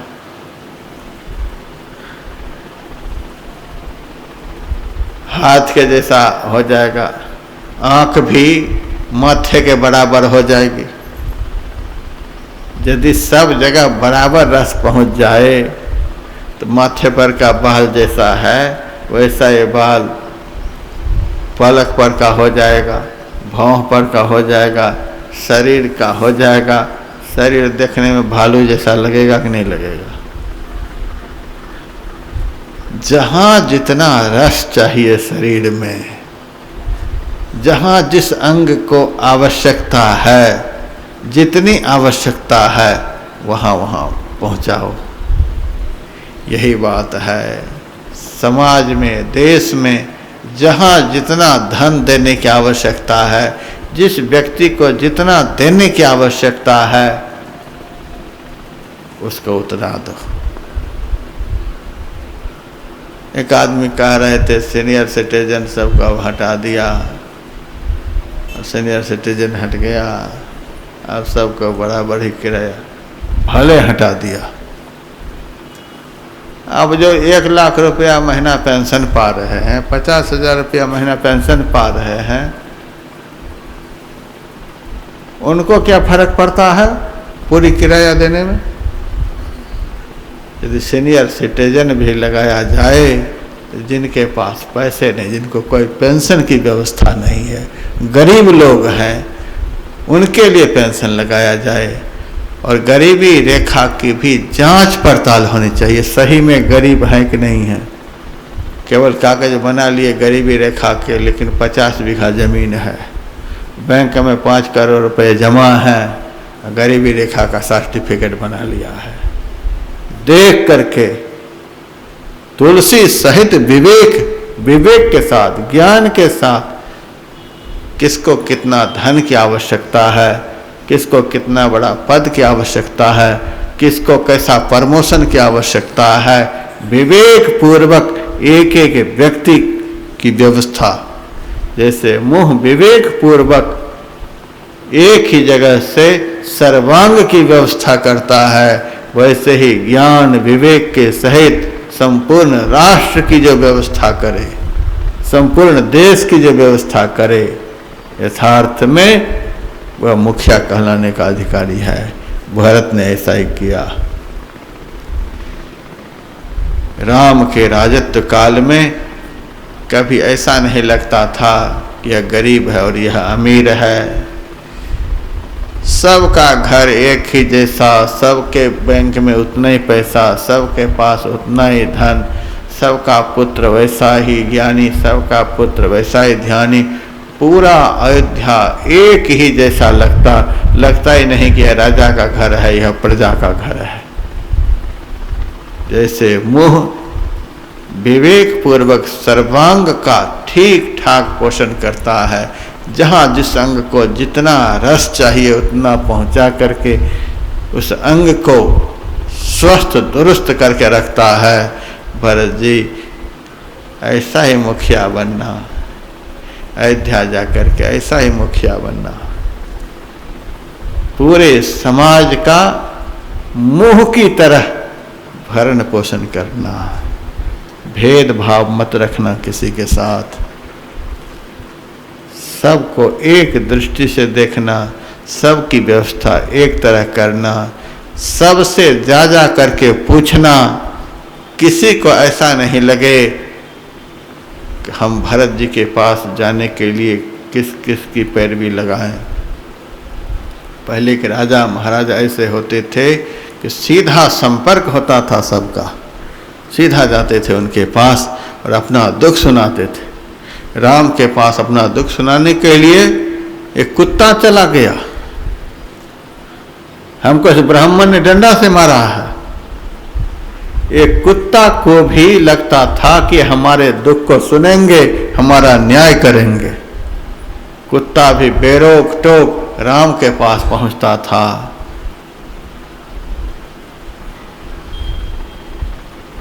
जिनको भी कोई कष्ट होता था राम के पास बेरोक टोक पहुंचता था।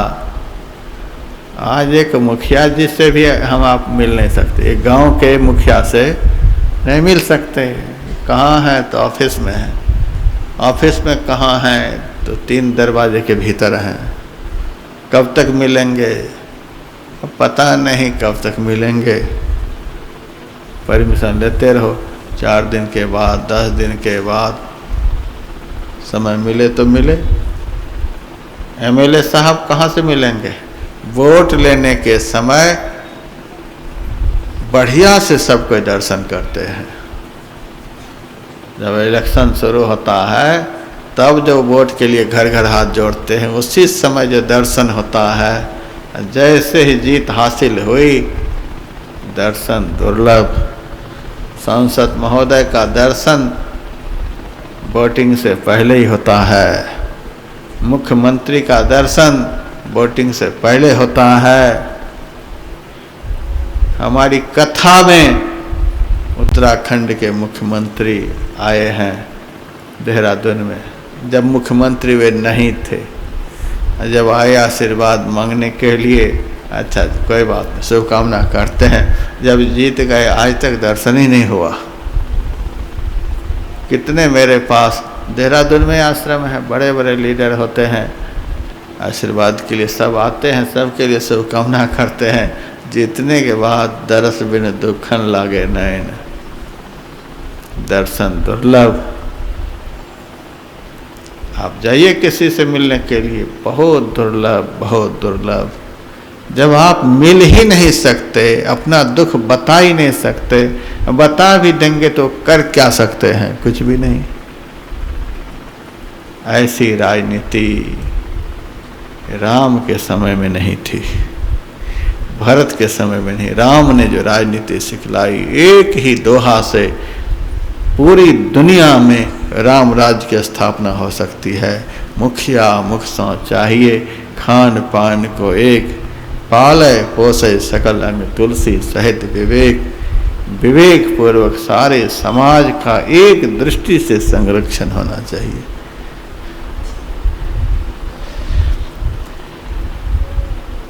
भरत जी ने, श्री राम जी ने समाज के लिए जो कोष होता है, राज्य में कोष होता है, जुर्माना का पैसा, कर का पैसा एक जगह पर संग्रहित होता है। भगवान श्री राम 13,000 वर्ष तक अयोध्या का राज्य किया, लेकिन समाज के लिए जो धन का कोष अयोध्या में था, उस कोष का कभी उन्होंने आँख से दर्शन भी नहीं किया। मंत्रियों को कह दिया, यह समाज का कोष है, इस कोष पर हमारा अधिकार नहीं है। भरत जी ने भी ऐसा ही करके दिखलाया, उस कोष पर हमारा अधिकार नहीं। राजा हैं, लेकिन समाज के कोष पर हमारा अधिकार नहीं। यहाँ तो सारे समाज के कोष पर राजा का अधिकार होता है। एक बार कोई मुखिया बन जाए, एक बार विधायक, एक बार सांसद, एक बार मुख्यमंत्री, 7 पीढ़ी उनकी तर जाती है एक बार में। तो राम राज्य की स्थापना कैसे हो सकती है? मुखिया मुख सौ चाहिए, खान पान को एक, पाले पोसे सकल अंग तुलसी सहित विवेक। यही सबसे बड़ी राजनीति है। भरत जाओ, इसका परिपालन करना। खड़ाओं को अपने माथे पर रखा, 3 बार सीता राम की परिक्रमा करते हैं और रोते हुए, भैया इस बात को सदैव ध्यान में रखना कि 14 साल जैसे पूर्ण हो, आपके चरण का दर्शन प्राप्त हो, नहीं तो इस भरत को आप नहीं देख पाएंगे। खड़ाओं को माथे पर लिया, समस्त माताओं को पालकी पर बिठाया, जो जिस विधि से आए हुए थे उसी विधि से सबको वाहनों पर बिठाया और प्रणाम करके उत्तर दिशा की ओर रवाना हुए। चलते चलते चलते भरत जी अयोध्या पहुँचे। अयोध्या पहुंचकर एक दिन शुभ मुहूर्त में गुरु जी से आदेश लेकर, गुरुदेव आज राम राज्य की स्थापना होना चाहिए, राम का राज्याभिषेक। अरे राम तो चित्रकूट में है, राम का राज्याभिषेक कैसे? कि राम चित्रकूट में है, लेकिन राम के चरण पादुका तो यहाँ है। इस सिंहासन पर राम के पादुका विराजमान होंगे। 14 साल के बाद साक्षात राम विराजमान होंगे। जब तक राम नहीं आए हैं तब तक उनकी पादुका राज्य का संचालन करेंगे। देखिए कितना प्रेम है भगवान के प्रति। जितना हमको अपने आराध्य देव में प्रेम होना चाहिए, उतना ही प्रेम आराध्य देव की पुस्तक में होनी चाहिए, उतना ही प्रेम आराध्य देव की कुर्सी में होनी चाहिए, उतना ही प्रेम आराध्य देव की पादुका में होनी चाहिए। इनसे संबंधित जितने भी इनके परिधान हैं, सब में हमारी इन्हीं के जैसी श्रद्धा होनी चाहिए। केवल ये शरीर में थे तो बड़ी सेवकाई, इनके शरीर छोड़कर चले जाने के बाद इनके किन्हीं भी चीज़ों से हमको कोई मतलब नहीं। पैर से ठोकर खा रहे हैं पादुका, इनके आसन कहाँ से कहाँ जा रहे हैं, इनका घर कहाँ से कहाँ चला गया, कुछ भी नहीं। ये श्रद्धा नहीं है। भरत जी ने जितना आदर किया श्री राम का, उससे कम आदर राम की पादुका का नहीं किया। उतना ही आदर शुभ मुहूर्त में श्री राम के पादुका को प्रस्थापित किया, राज तिलक किया, और उस पादुका से पूछ पूछ करके राज्य का संचालन करते हैं। लगता है कुछ पादुका के अंदर से भरत जी को आवाज आ रही है, यह काम करने के लिए आज जा रहे हैं, ये संविधान आज लागू करेंगे, ये कानून व्यवस्था आज से शुरू करेंगे। उस पादुका से पूछते, अपने मन से हो हल्ला करवाने के लिए कोई संविधान लागू नहीं, पूछ पूछ करके पादुका से सारी बात पूछते। उस पादुका में भरत को जड़ता का अनुभव नहीं होता है, चैतन्यता का अनुभव होता है। सच्चा शिष्य वही है, सच्चा भक्त वही है जो अपने स्वामी के हर चीजों में स्वामी की चैतन्यता का अनुभव करे। मंदिर में है तो मंदिर में चैतन्यता का अनुभव हो, इस चैतन्य मंदिर है, इसमें विराजमान है महाराज जी। हम तो जब रात में सत्संग के बाद पंडाल में घूमते हैं, गुरु महाराज को कुर्सी पर विराजमान देखते हैं, तो हमें ऐसा लगता है कि बैठ करके इस महामारी के समय में हम लोगों की सब तरह से रक्षा कर रहे हैं। गुरु महाराज बैठ करके हम लोगों की सब तरह से रक्षा कर रहे हैं। चैतन्यता का अनुभव होना चाहिए अपने आराध्य देव में। ये नहीं कि ये मूर्ति रखी हुई है, एक पत्थर रखा हुआ है, तो पत्थर से क्या सहयोग मिलेगा आपको? कागज से क्या आप सहयोग की कल्पना कर सकते हैं? खराओं से क्या कल्पना कर सकते हैं? जब तक कि अपने आराध्य देव के हर परिधान में चैतन्यता का अनुभव नहीं होगा, तब तक सहायता कैसे होगी आपकी? जड़ क्या सहायता करेंगे? सहायता चेतन करेंगे। हर वस्तु में चैतन्यता का अनुभव हो। भरत जी खराओं से पूछ पूछ करके काम करते हैं। एक दिन सारे समाज को बिठाया, हाथ जोड़कर कहा, आप लोग कभी भी मुझे आज्ञा देने में संकोच नहीं करेंगे। जिनको किसी भी वस्तु का अभाव हो, सीधा मेरे पास आकर के कह सकते हैं और किसी से नहीं कह सकते। मेरे पास आकर के कहिए, कोई संकोच नहीं करेंगे। ये राजा ऐसा होना चाहिए। पूरे समाज को अपना दुख सुनाने में संकोच नहीं हो, राजा के पास पहुंचने में कोई व्यवधान नहीं हो, किसी से परमिशन की आवश्यकता नहीं, इतना अपनत्व हो।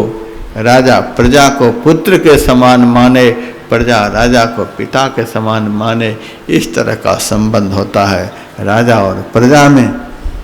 हाथ जोड़ करके सबसे कहा, जब किसी भी वस्तु की आवश्यकता पड़े तब मेरे पास सीधा आकर के आदेश करें, मैं आपके आदेश का पालन करूँगा। एक दिन गुरु जी के पास भरत जी गए और गुरु जी से कहा, गुरुदेव यदि आपकी आज्ञा हो तो 14 साल के लिए मैं नियम से अयोध्या में रहूं। गुरु जी ने कहा, तुम जो समझोगे, कहोगे, करोगे हे भरत, वही समस्त धर्मों का सार होगा।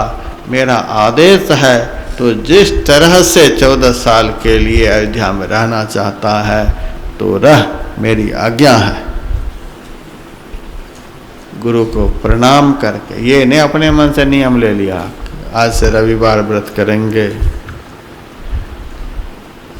तो नियम नहीं, आज से एकादशी करेंगे, ये नियम नहीं। गुरु से पूछ करके नियम का परिपालन, अपने मन से कुछ भी नहीं। उनका आदेश होगा तो नियम पालन के लिए कहेंगे, नहीं होगा तो नहीं। उनकी आज्ञा सर्वोपरि है। एकादशी के दिन भी वो खाने के लिए कह दें, यही सबसे बड़ा धर्म है कि हम खा लें। रविवार के दिन भी यदि उनकी आज्ञा हो जाए कि नमक खाओ, तो उस समय मन में संदेह नहीं होना चाहिए, हम तुम्हारा नियम से रह रहे हैं, आज कैसे नमक। सदगुरु के सामने तो अपना नियम चला रहा है, उनकी आज्ञा सर्वोपरि है। जो आदेश मिले उस नियम का परिपालन, उस आज्ञा का पालन। लेकिन हम लोग नहीं मानते हैं, हम तो कह कह करके हार जाते हैं। अरे खा लो, क्या है, इतने दूर से हरिद्वार आए हो, खा लो। अरे महाराज नवरात्रा चल रहा है, हम तो पानी पर ही रहेंगे, हम तो ऐसे ही। चलो कोई बात नहीं, पानी ही पीते रहोगे फिर। भरत जी ने कहा, आपकी यदि आज्ञा हो तो हम 14 साल के लिए नियम से रहना चाहते हैं। गुरु का आदेश हुआ है, अब नियम क्या। अपने स्वामी के दर्शन के लिए, अपने आराध्य देव के दर्शन के लिए, हमारे आराध्य देव हमारे हृदय रूपी अयोध्या में पधारें, इसके लिए क्या नियम चाहिए। तो भरत जी ने सोचा कि राम जी तो माता पिता की आज्ञा से जंगल में कुटिया बना करके रह रहे हैं, हमें कहाँ रहना चाहिए। हमारे स्वामी जी घास की कुटिया में और हम 5 स्टार होटल में। नहीं, हम सेवक हैं, उनकी जैसी कुटिया है उससे बहुत घटिया कुटिया में हमें रहना है। वे गांव से बहुत दूर जा कर के रह रहे हैं, तो कम से कम हम भी तो गांव से अलग होकर के रहें। अयोध्या नगरी से थोड़ा हट करके एक गांव था, उसी राजधानी में एक गांव था, उस गांव का नाम था नंदीग्राम। नंदीग्राम में साधारण सी घास की झोपड़ी अपने हाथ से भरत जी बनाए।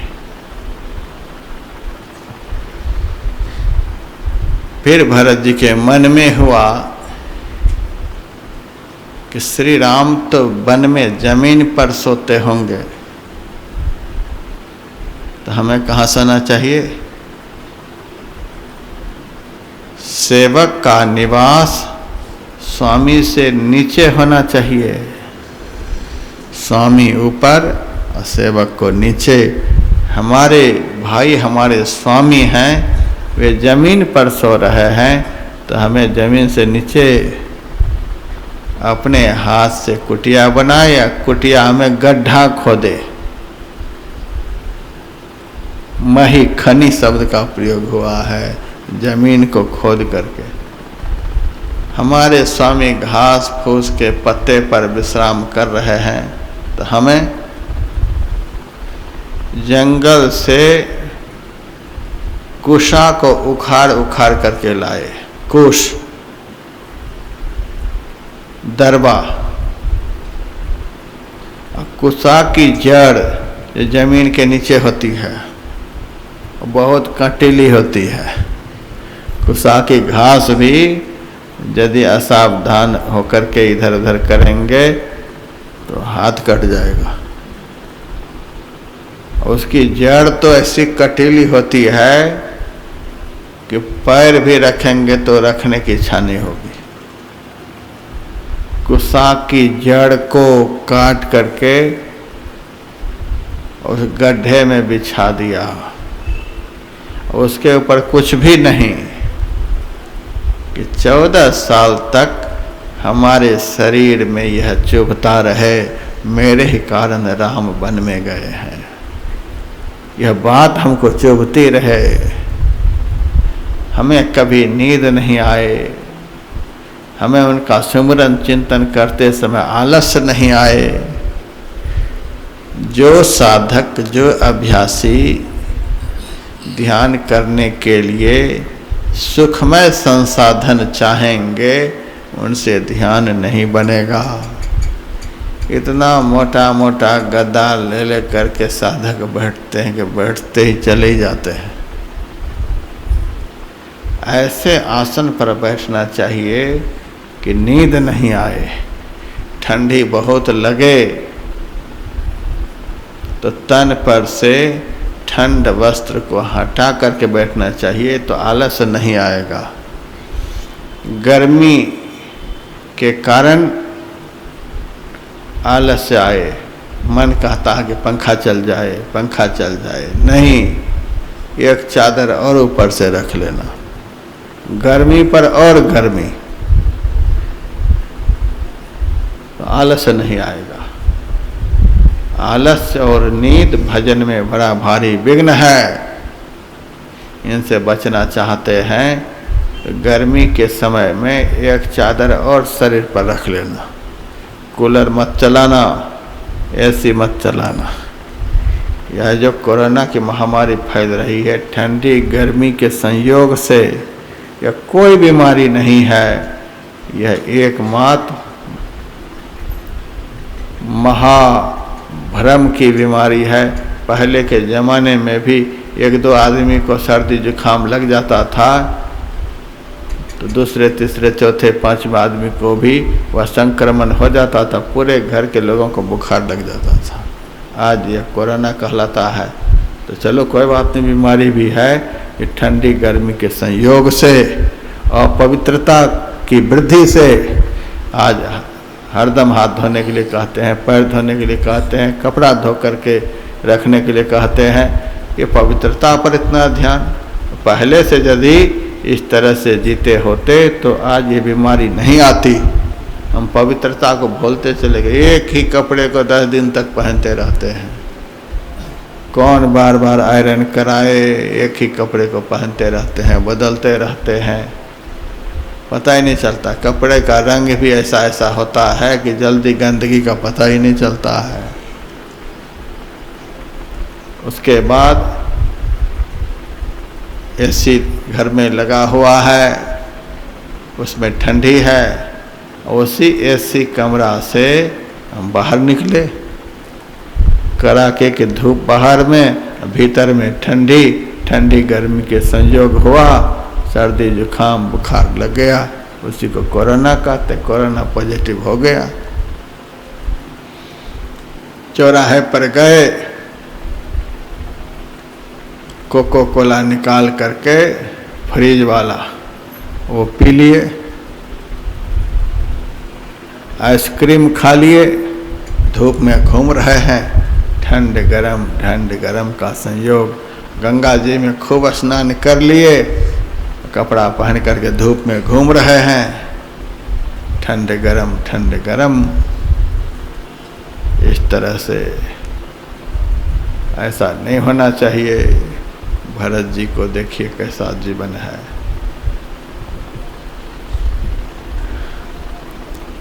ठंडी के समय में ठंडी को बर्दाश्त करेंगे तो आलस्य नहीं आएगा। गर्मी के समय में गर्मी को बर्दाश्त करेंगे तो आलस्य नहीं आएगा और बीमारी नहीं फैलेगी।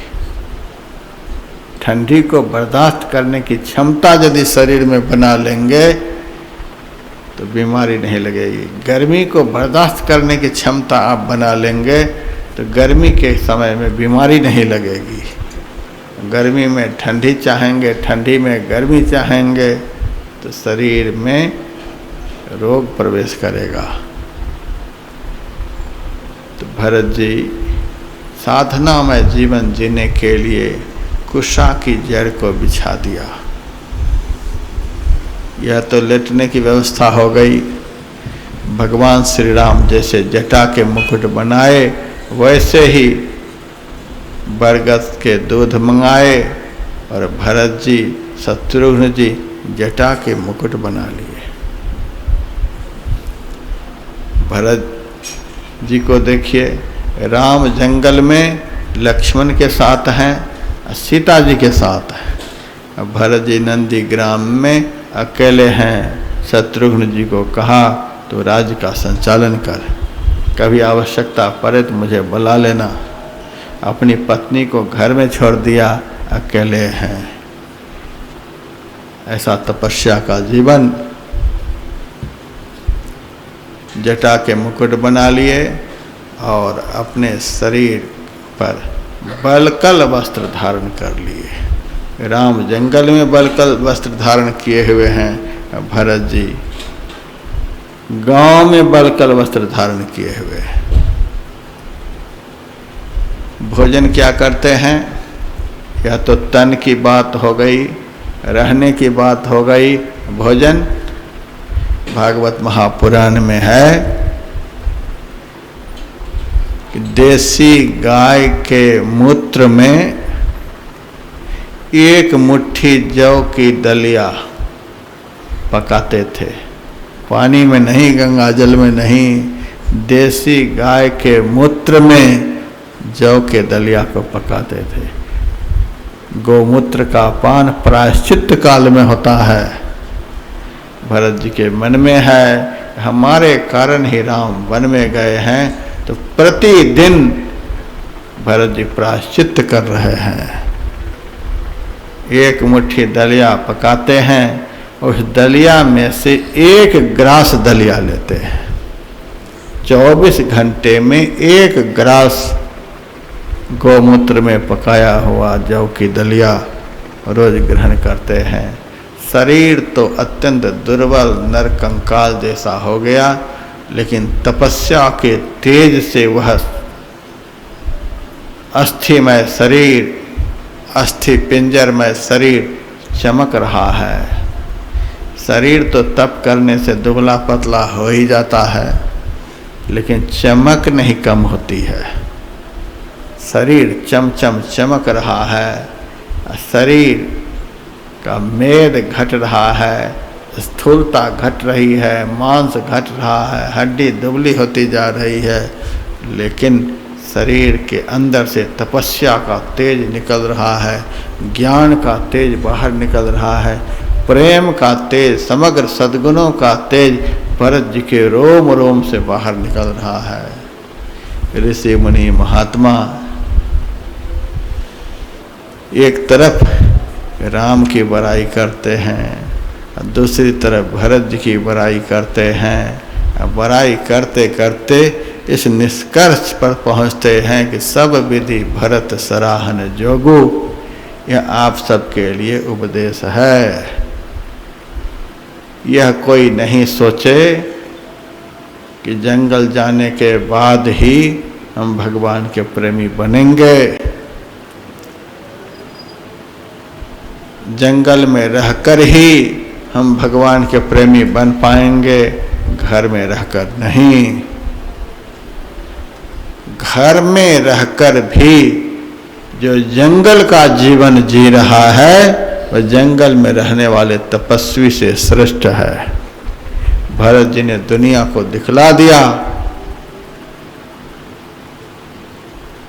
घर में रहकर जंगल का जीवन।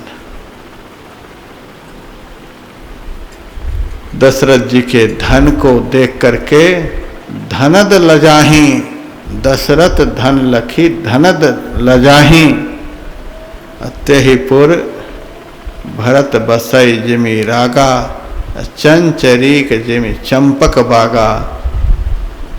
जैसे चंपा फूल के वन में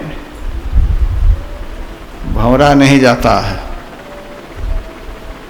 क्यों नहीं जाता है? चंपा फूल में बड़ी खुशबू, लेकिन भौरा नहीं जाता है। भौरा जैसे बैठता है वैसे इसका माथा घूमने लग जाता है। चंपा फूल चाहता ही नहीं कि भौरा मेरे ऊपर बैठ करके मेरा पराग लेकर के जाए। ऋषि मुनि महात्मा कहते हैं चंपा फूल इसीलिए नहीं बैठने देते, अरे मूर्ख भौरा, तुम्हारा हमें कोई भरोसा नहीं।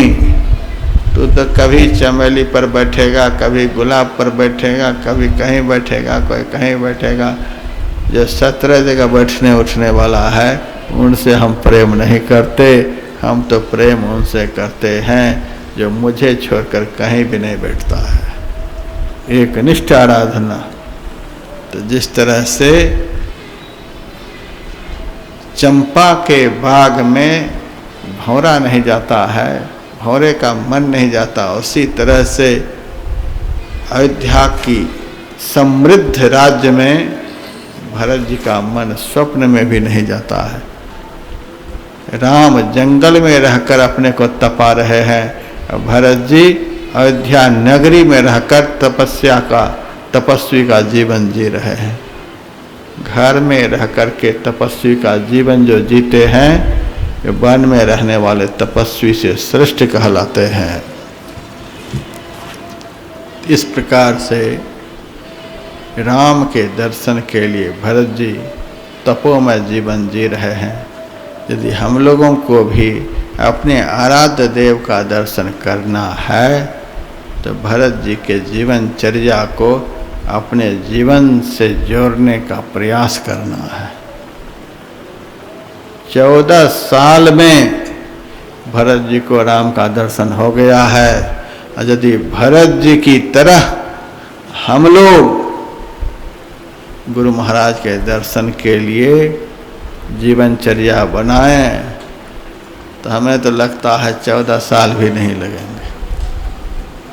14 महीना में हम लोगों को दर्शन हो सकता है। भरत जी राम के लिए जिस तरह से नंदी ग्राम में जिए हैं, जिस तपस्या में जीवन में जिए हैं, उस तरह की तपस्या, उस तरह का जीवन यदि हमारा हो जाए तो 14 साल का समय 14 महीना में बदल सकता है। 14 महीना का समय 14 दिन में बदल सकता है। तो भरत जी का जो है चरित्र है, समग्र समाज के भक्तों के लिए, समग्र समाज के श्रेष्ठ व्यक्तियों के लिए, राजनीतिक पुरुषों के लिए भरत के चरित्र को जो अपने जीवन में धारण करेंगे, ये जिस भाग में काम करेंगे उसी में सफल होंगे, जिस रास्ते पर चलेंगे उसी में सफल होंगे। इस प्रकार से तुलसीदास जी महाराज ने भरत जी के पवित्र जीवन चरित्र का वर्णन अयोध्या कांड में किया है। और श्री राम जी का जंगल में जो जो चरित्र हुआ है वह कल से आप लोगों को सुनाया जाएगा।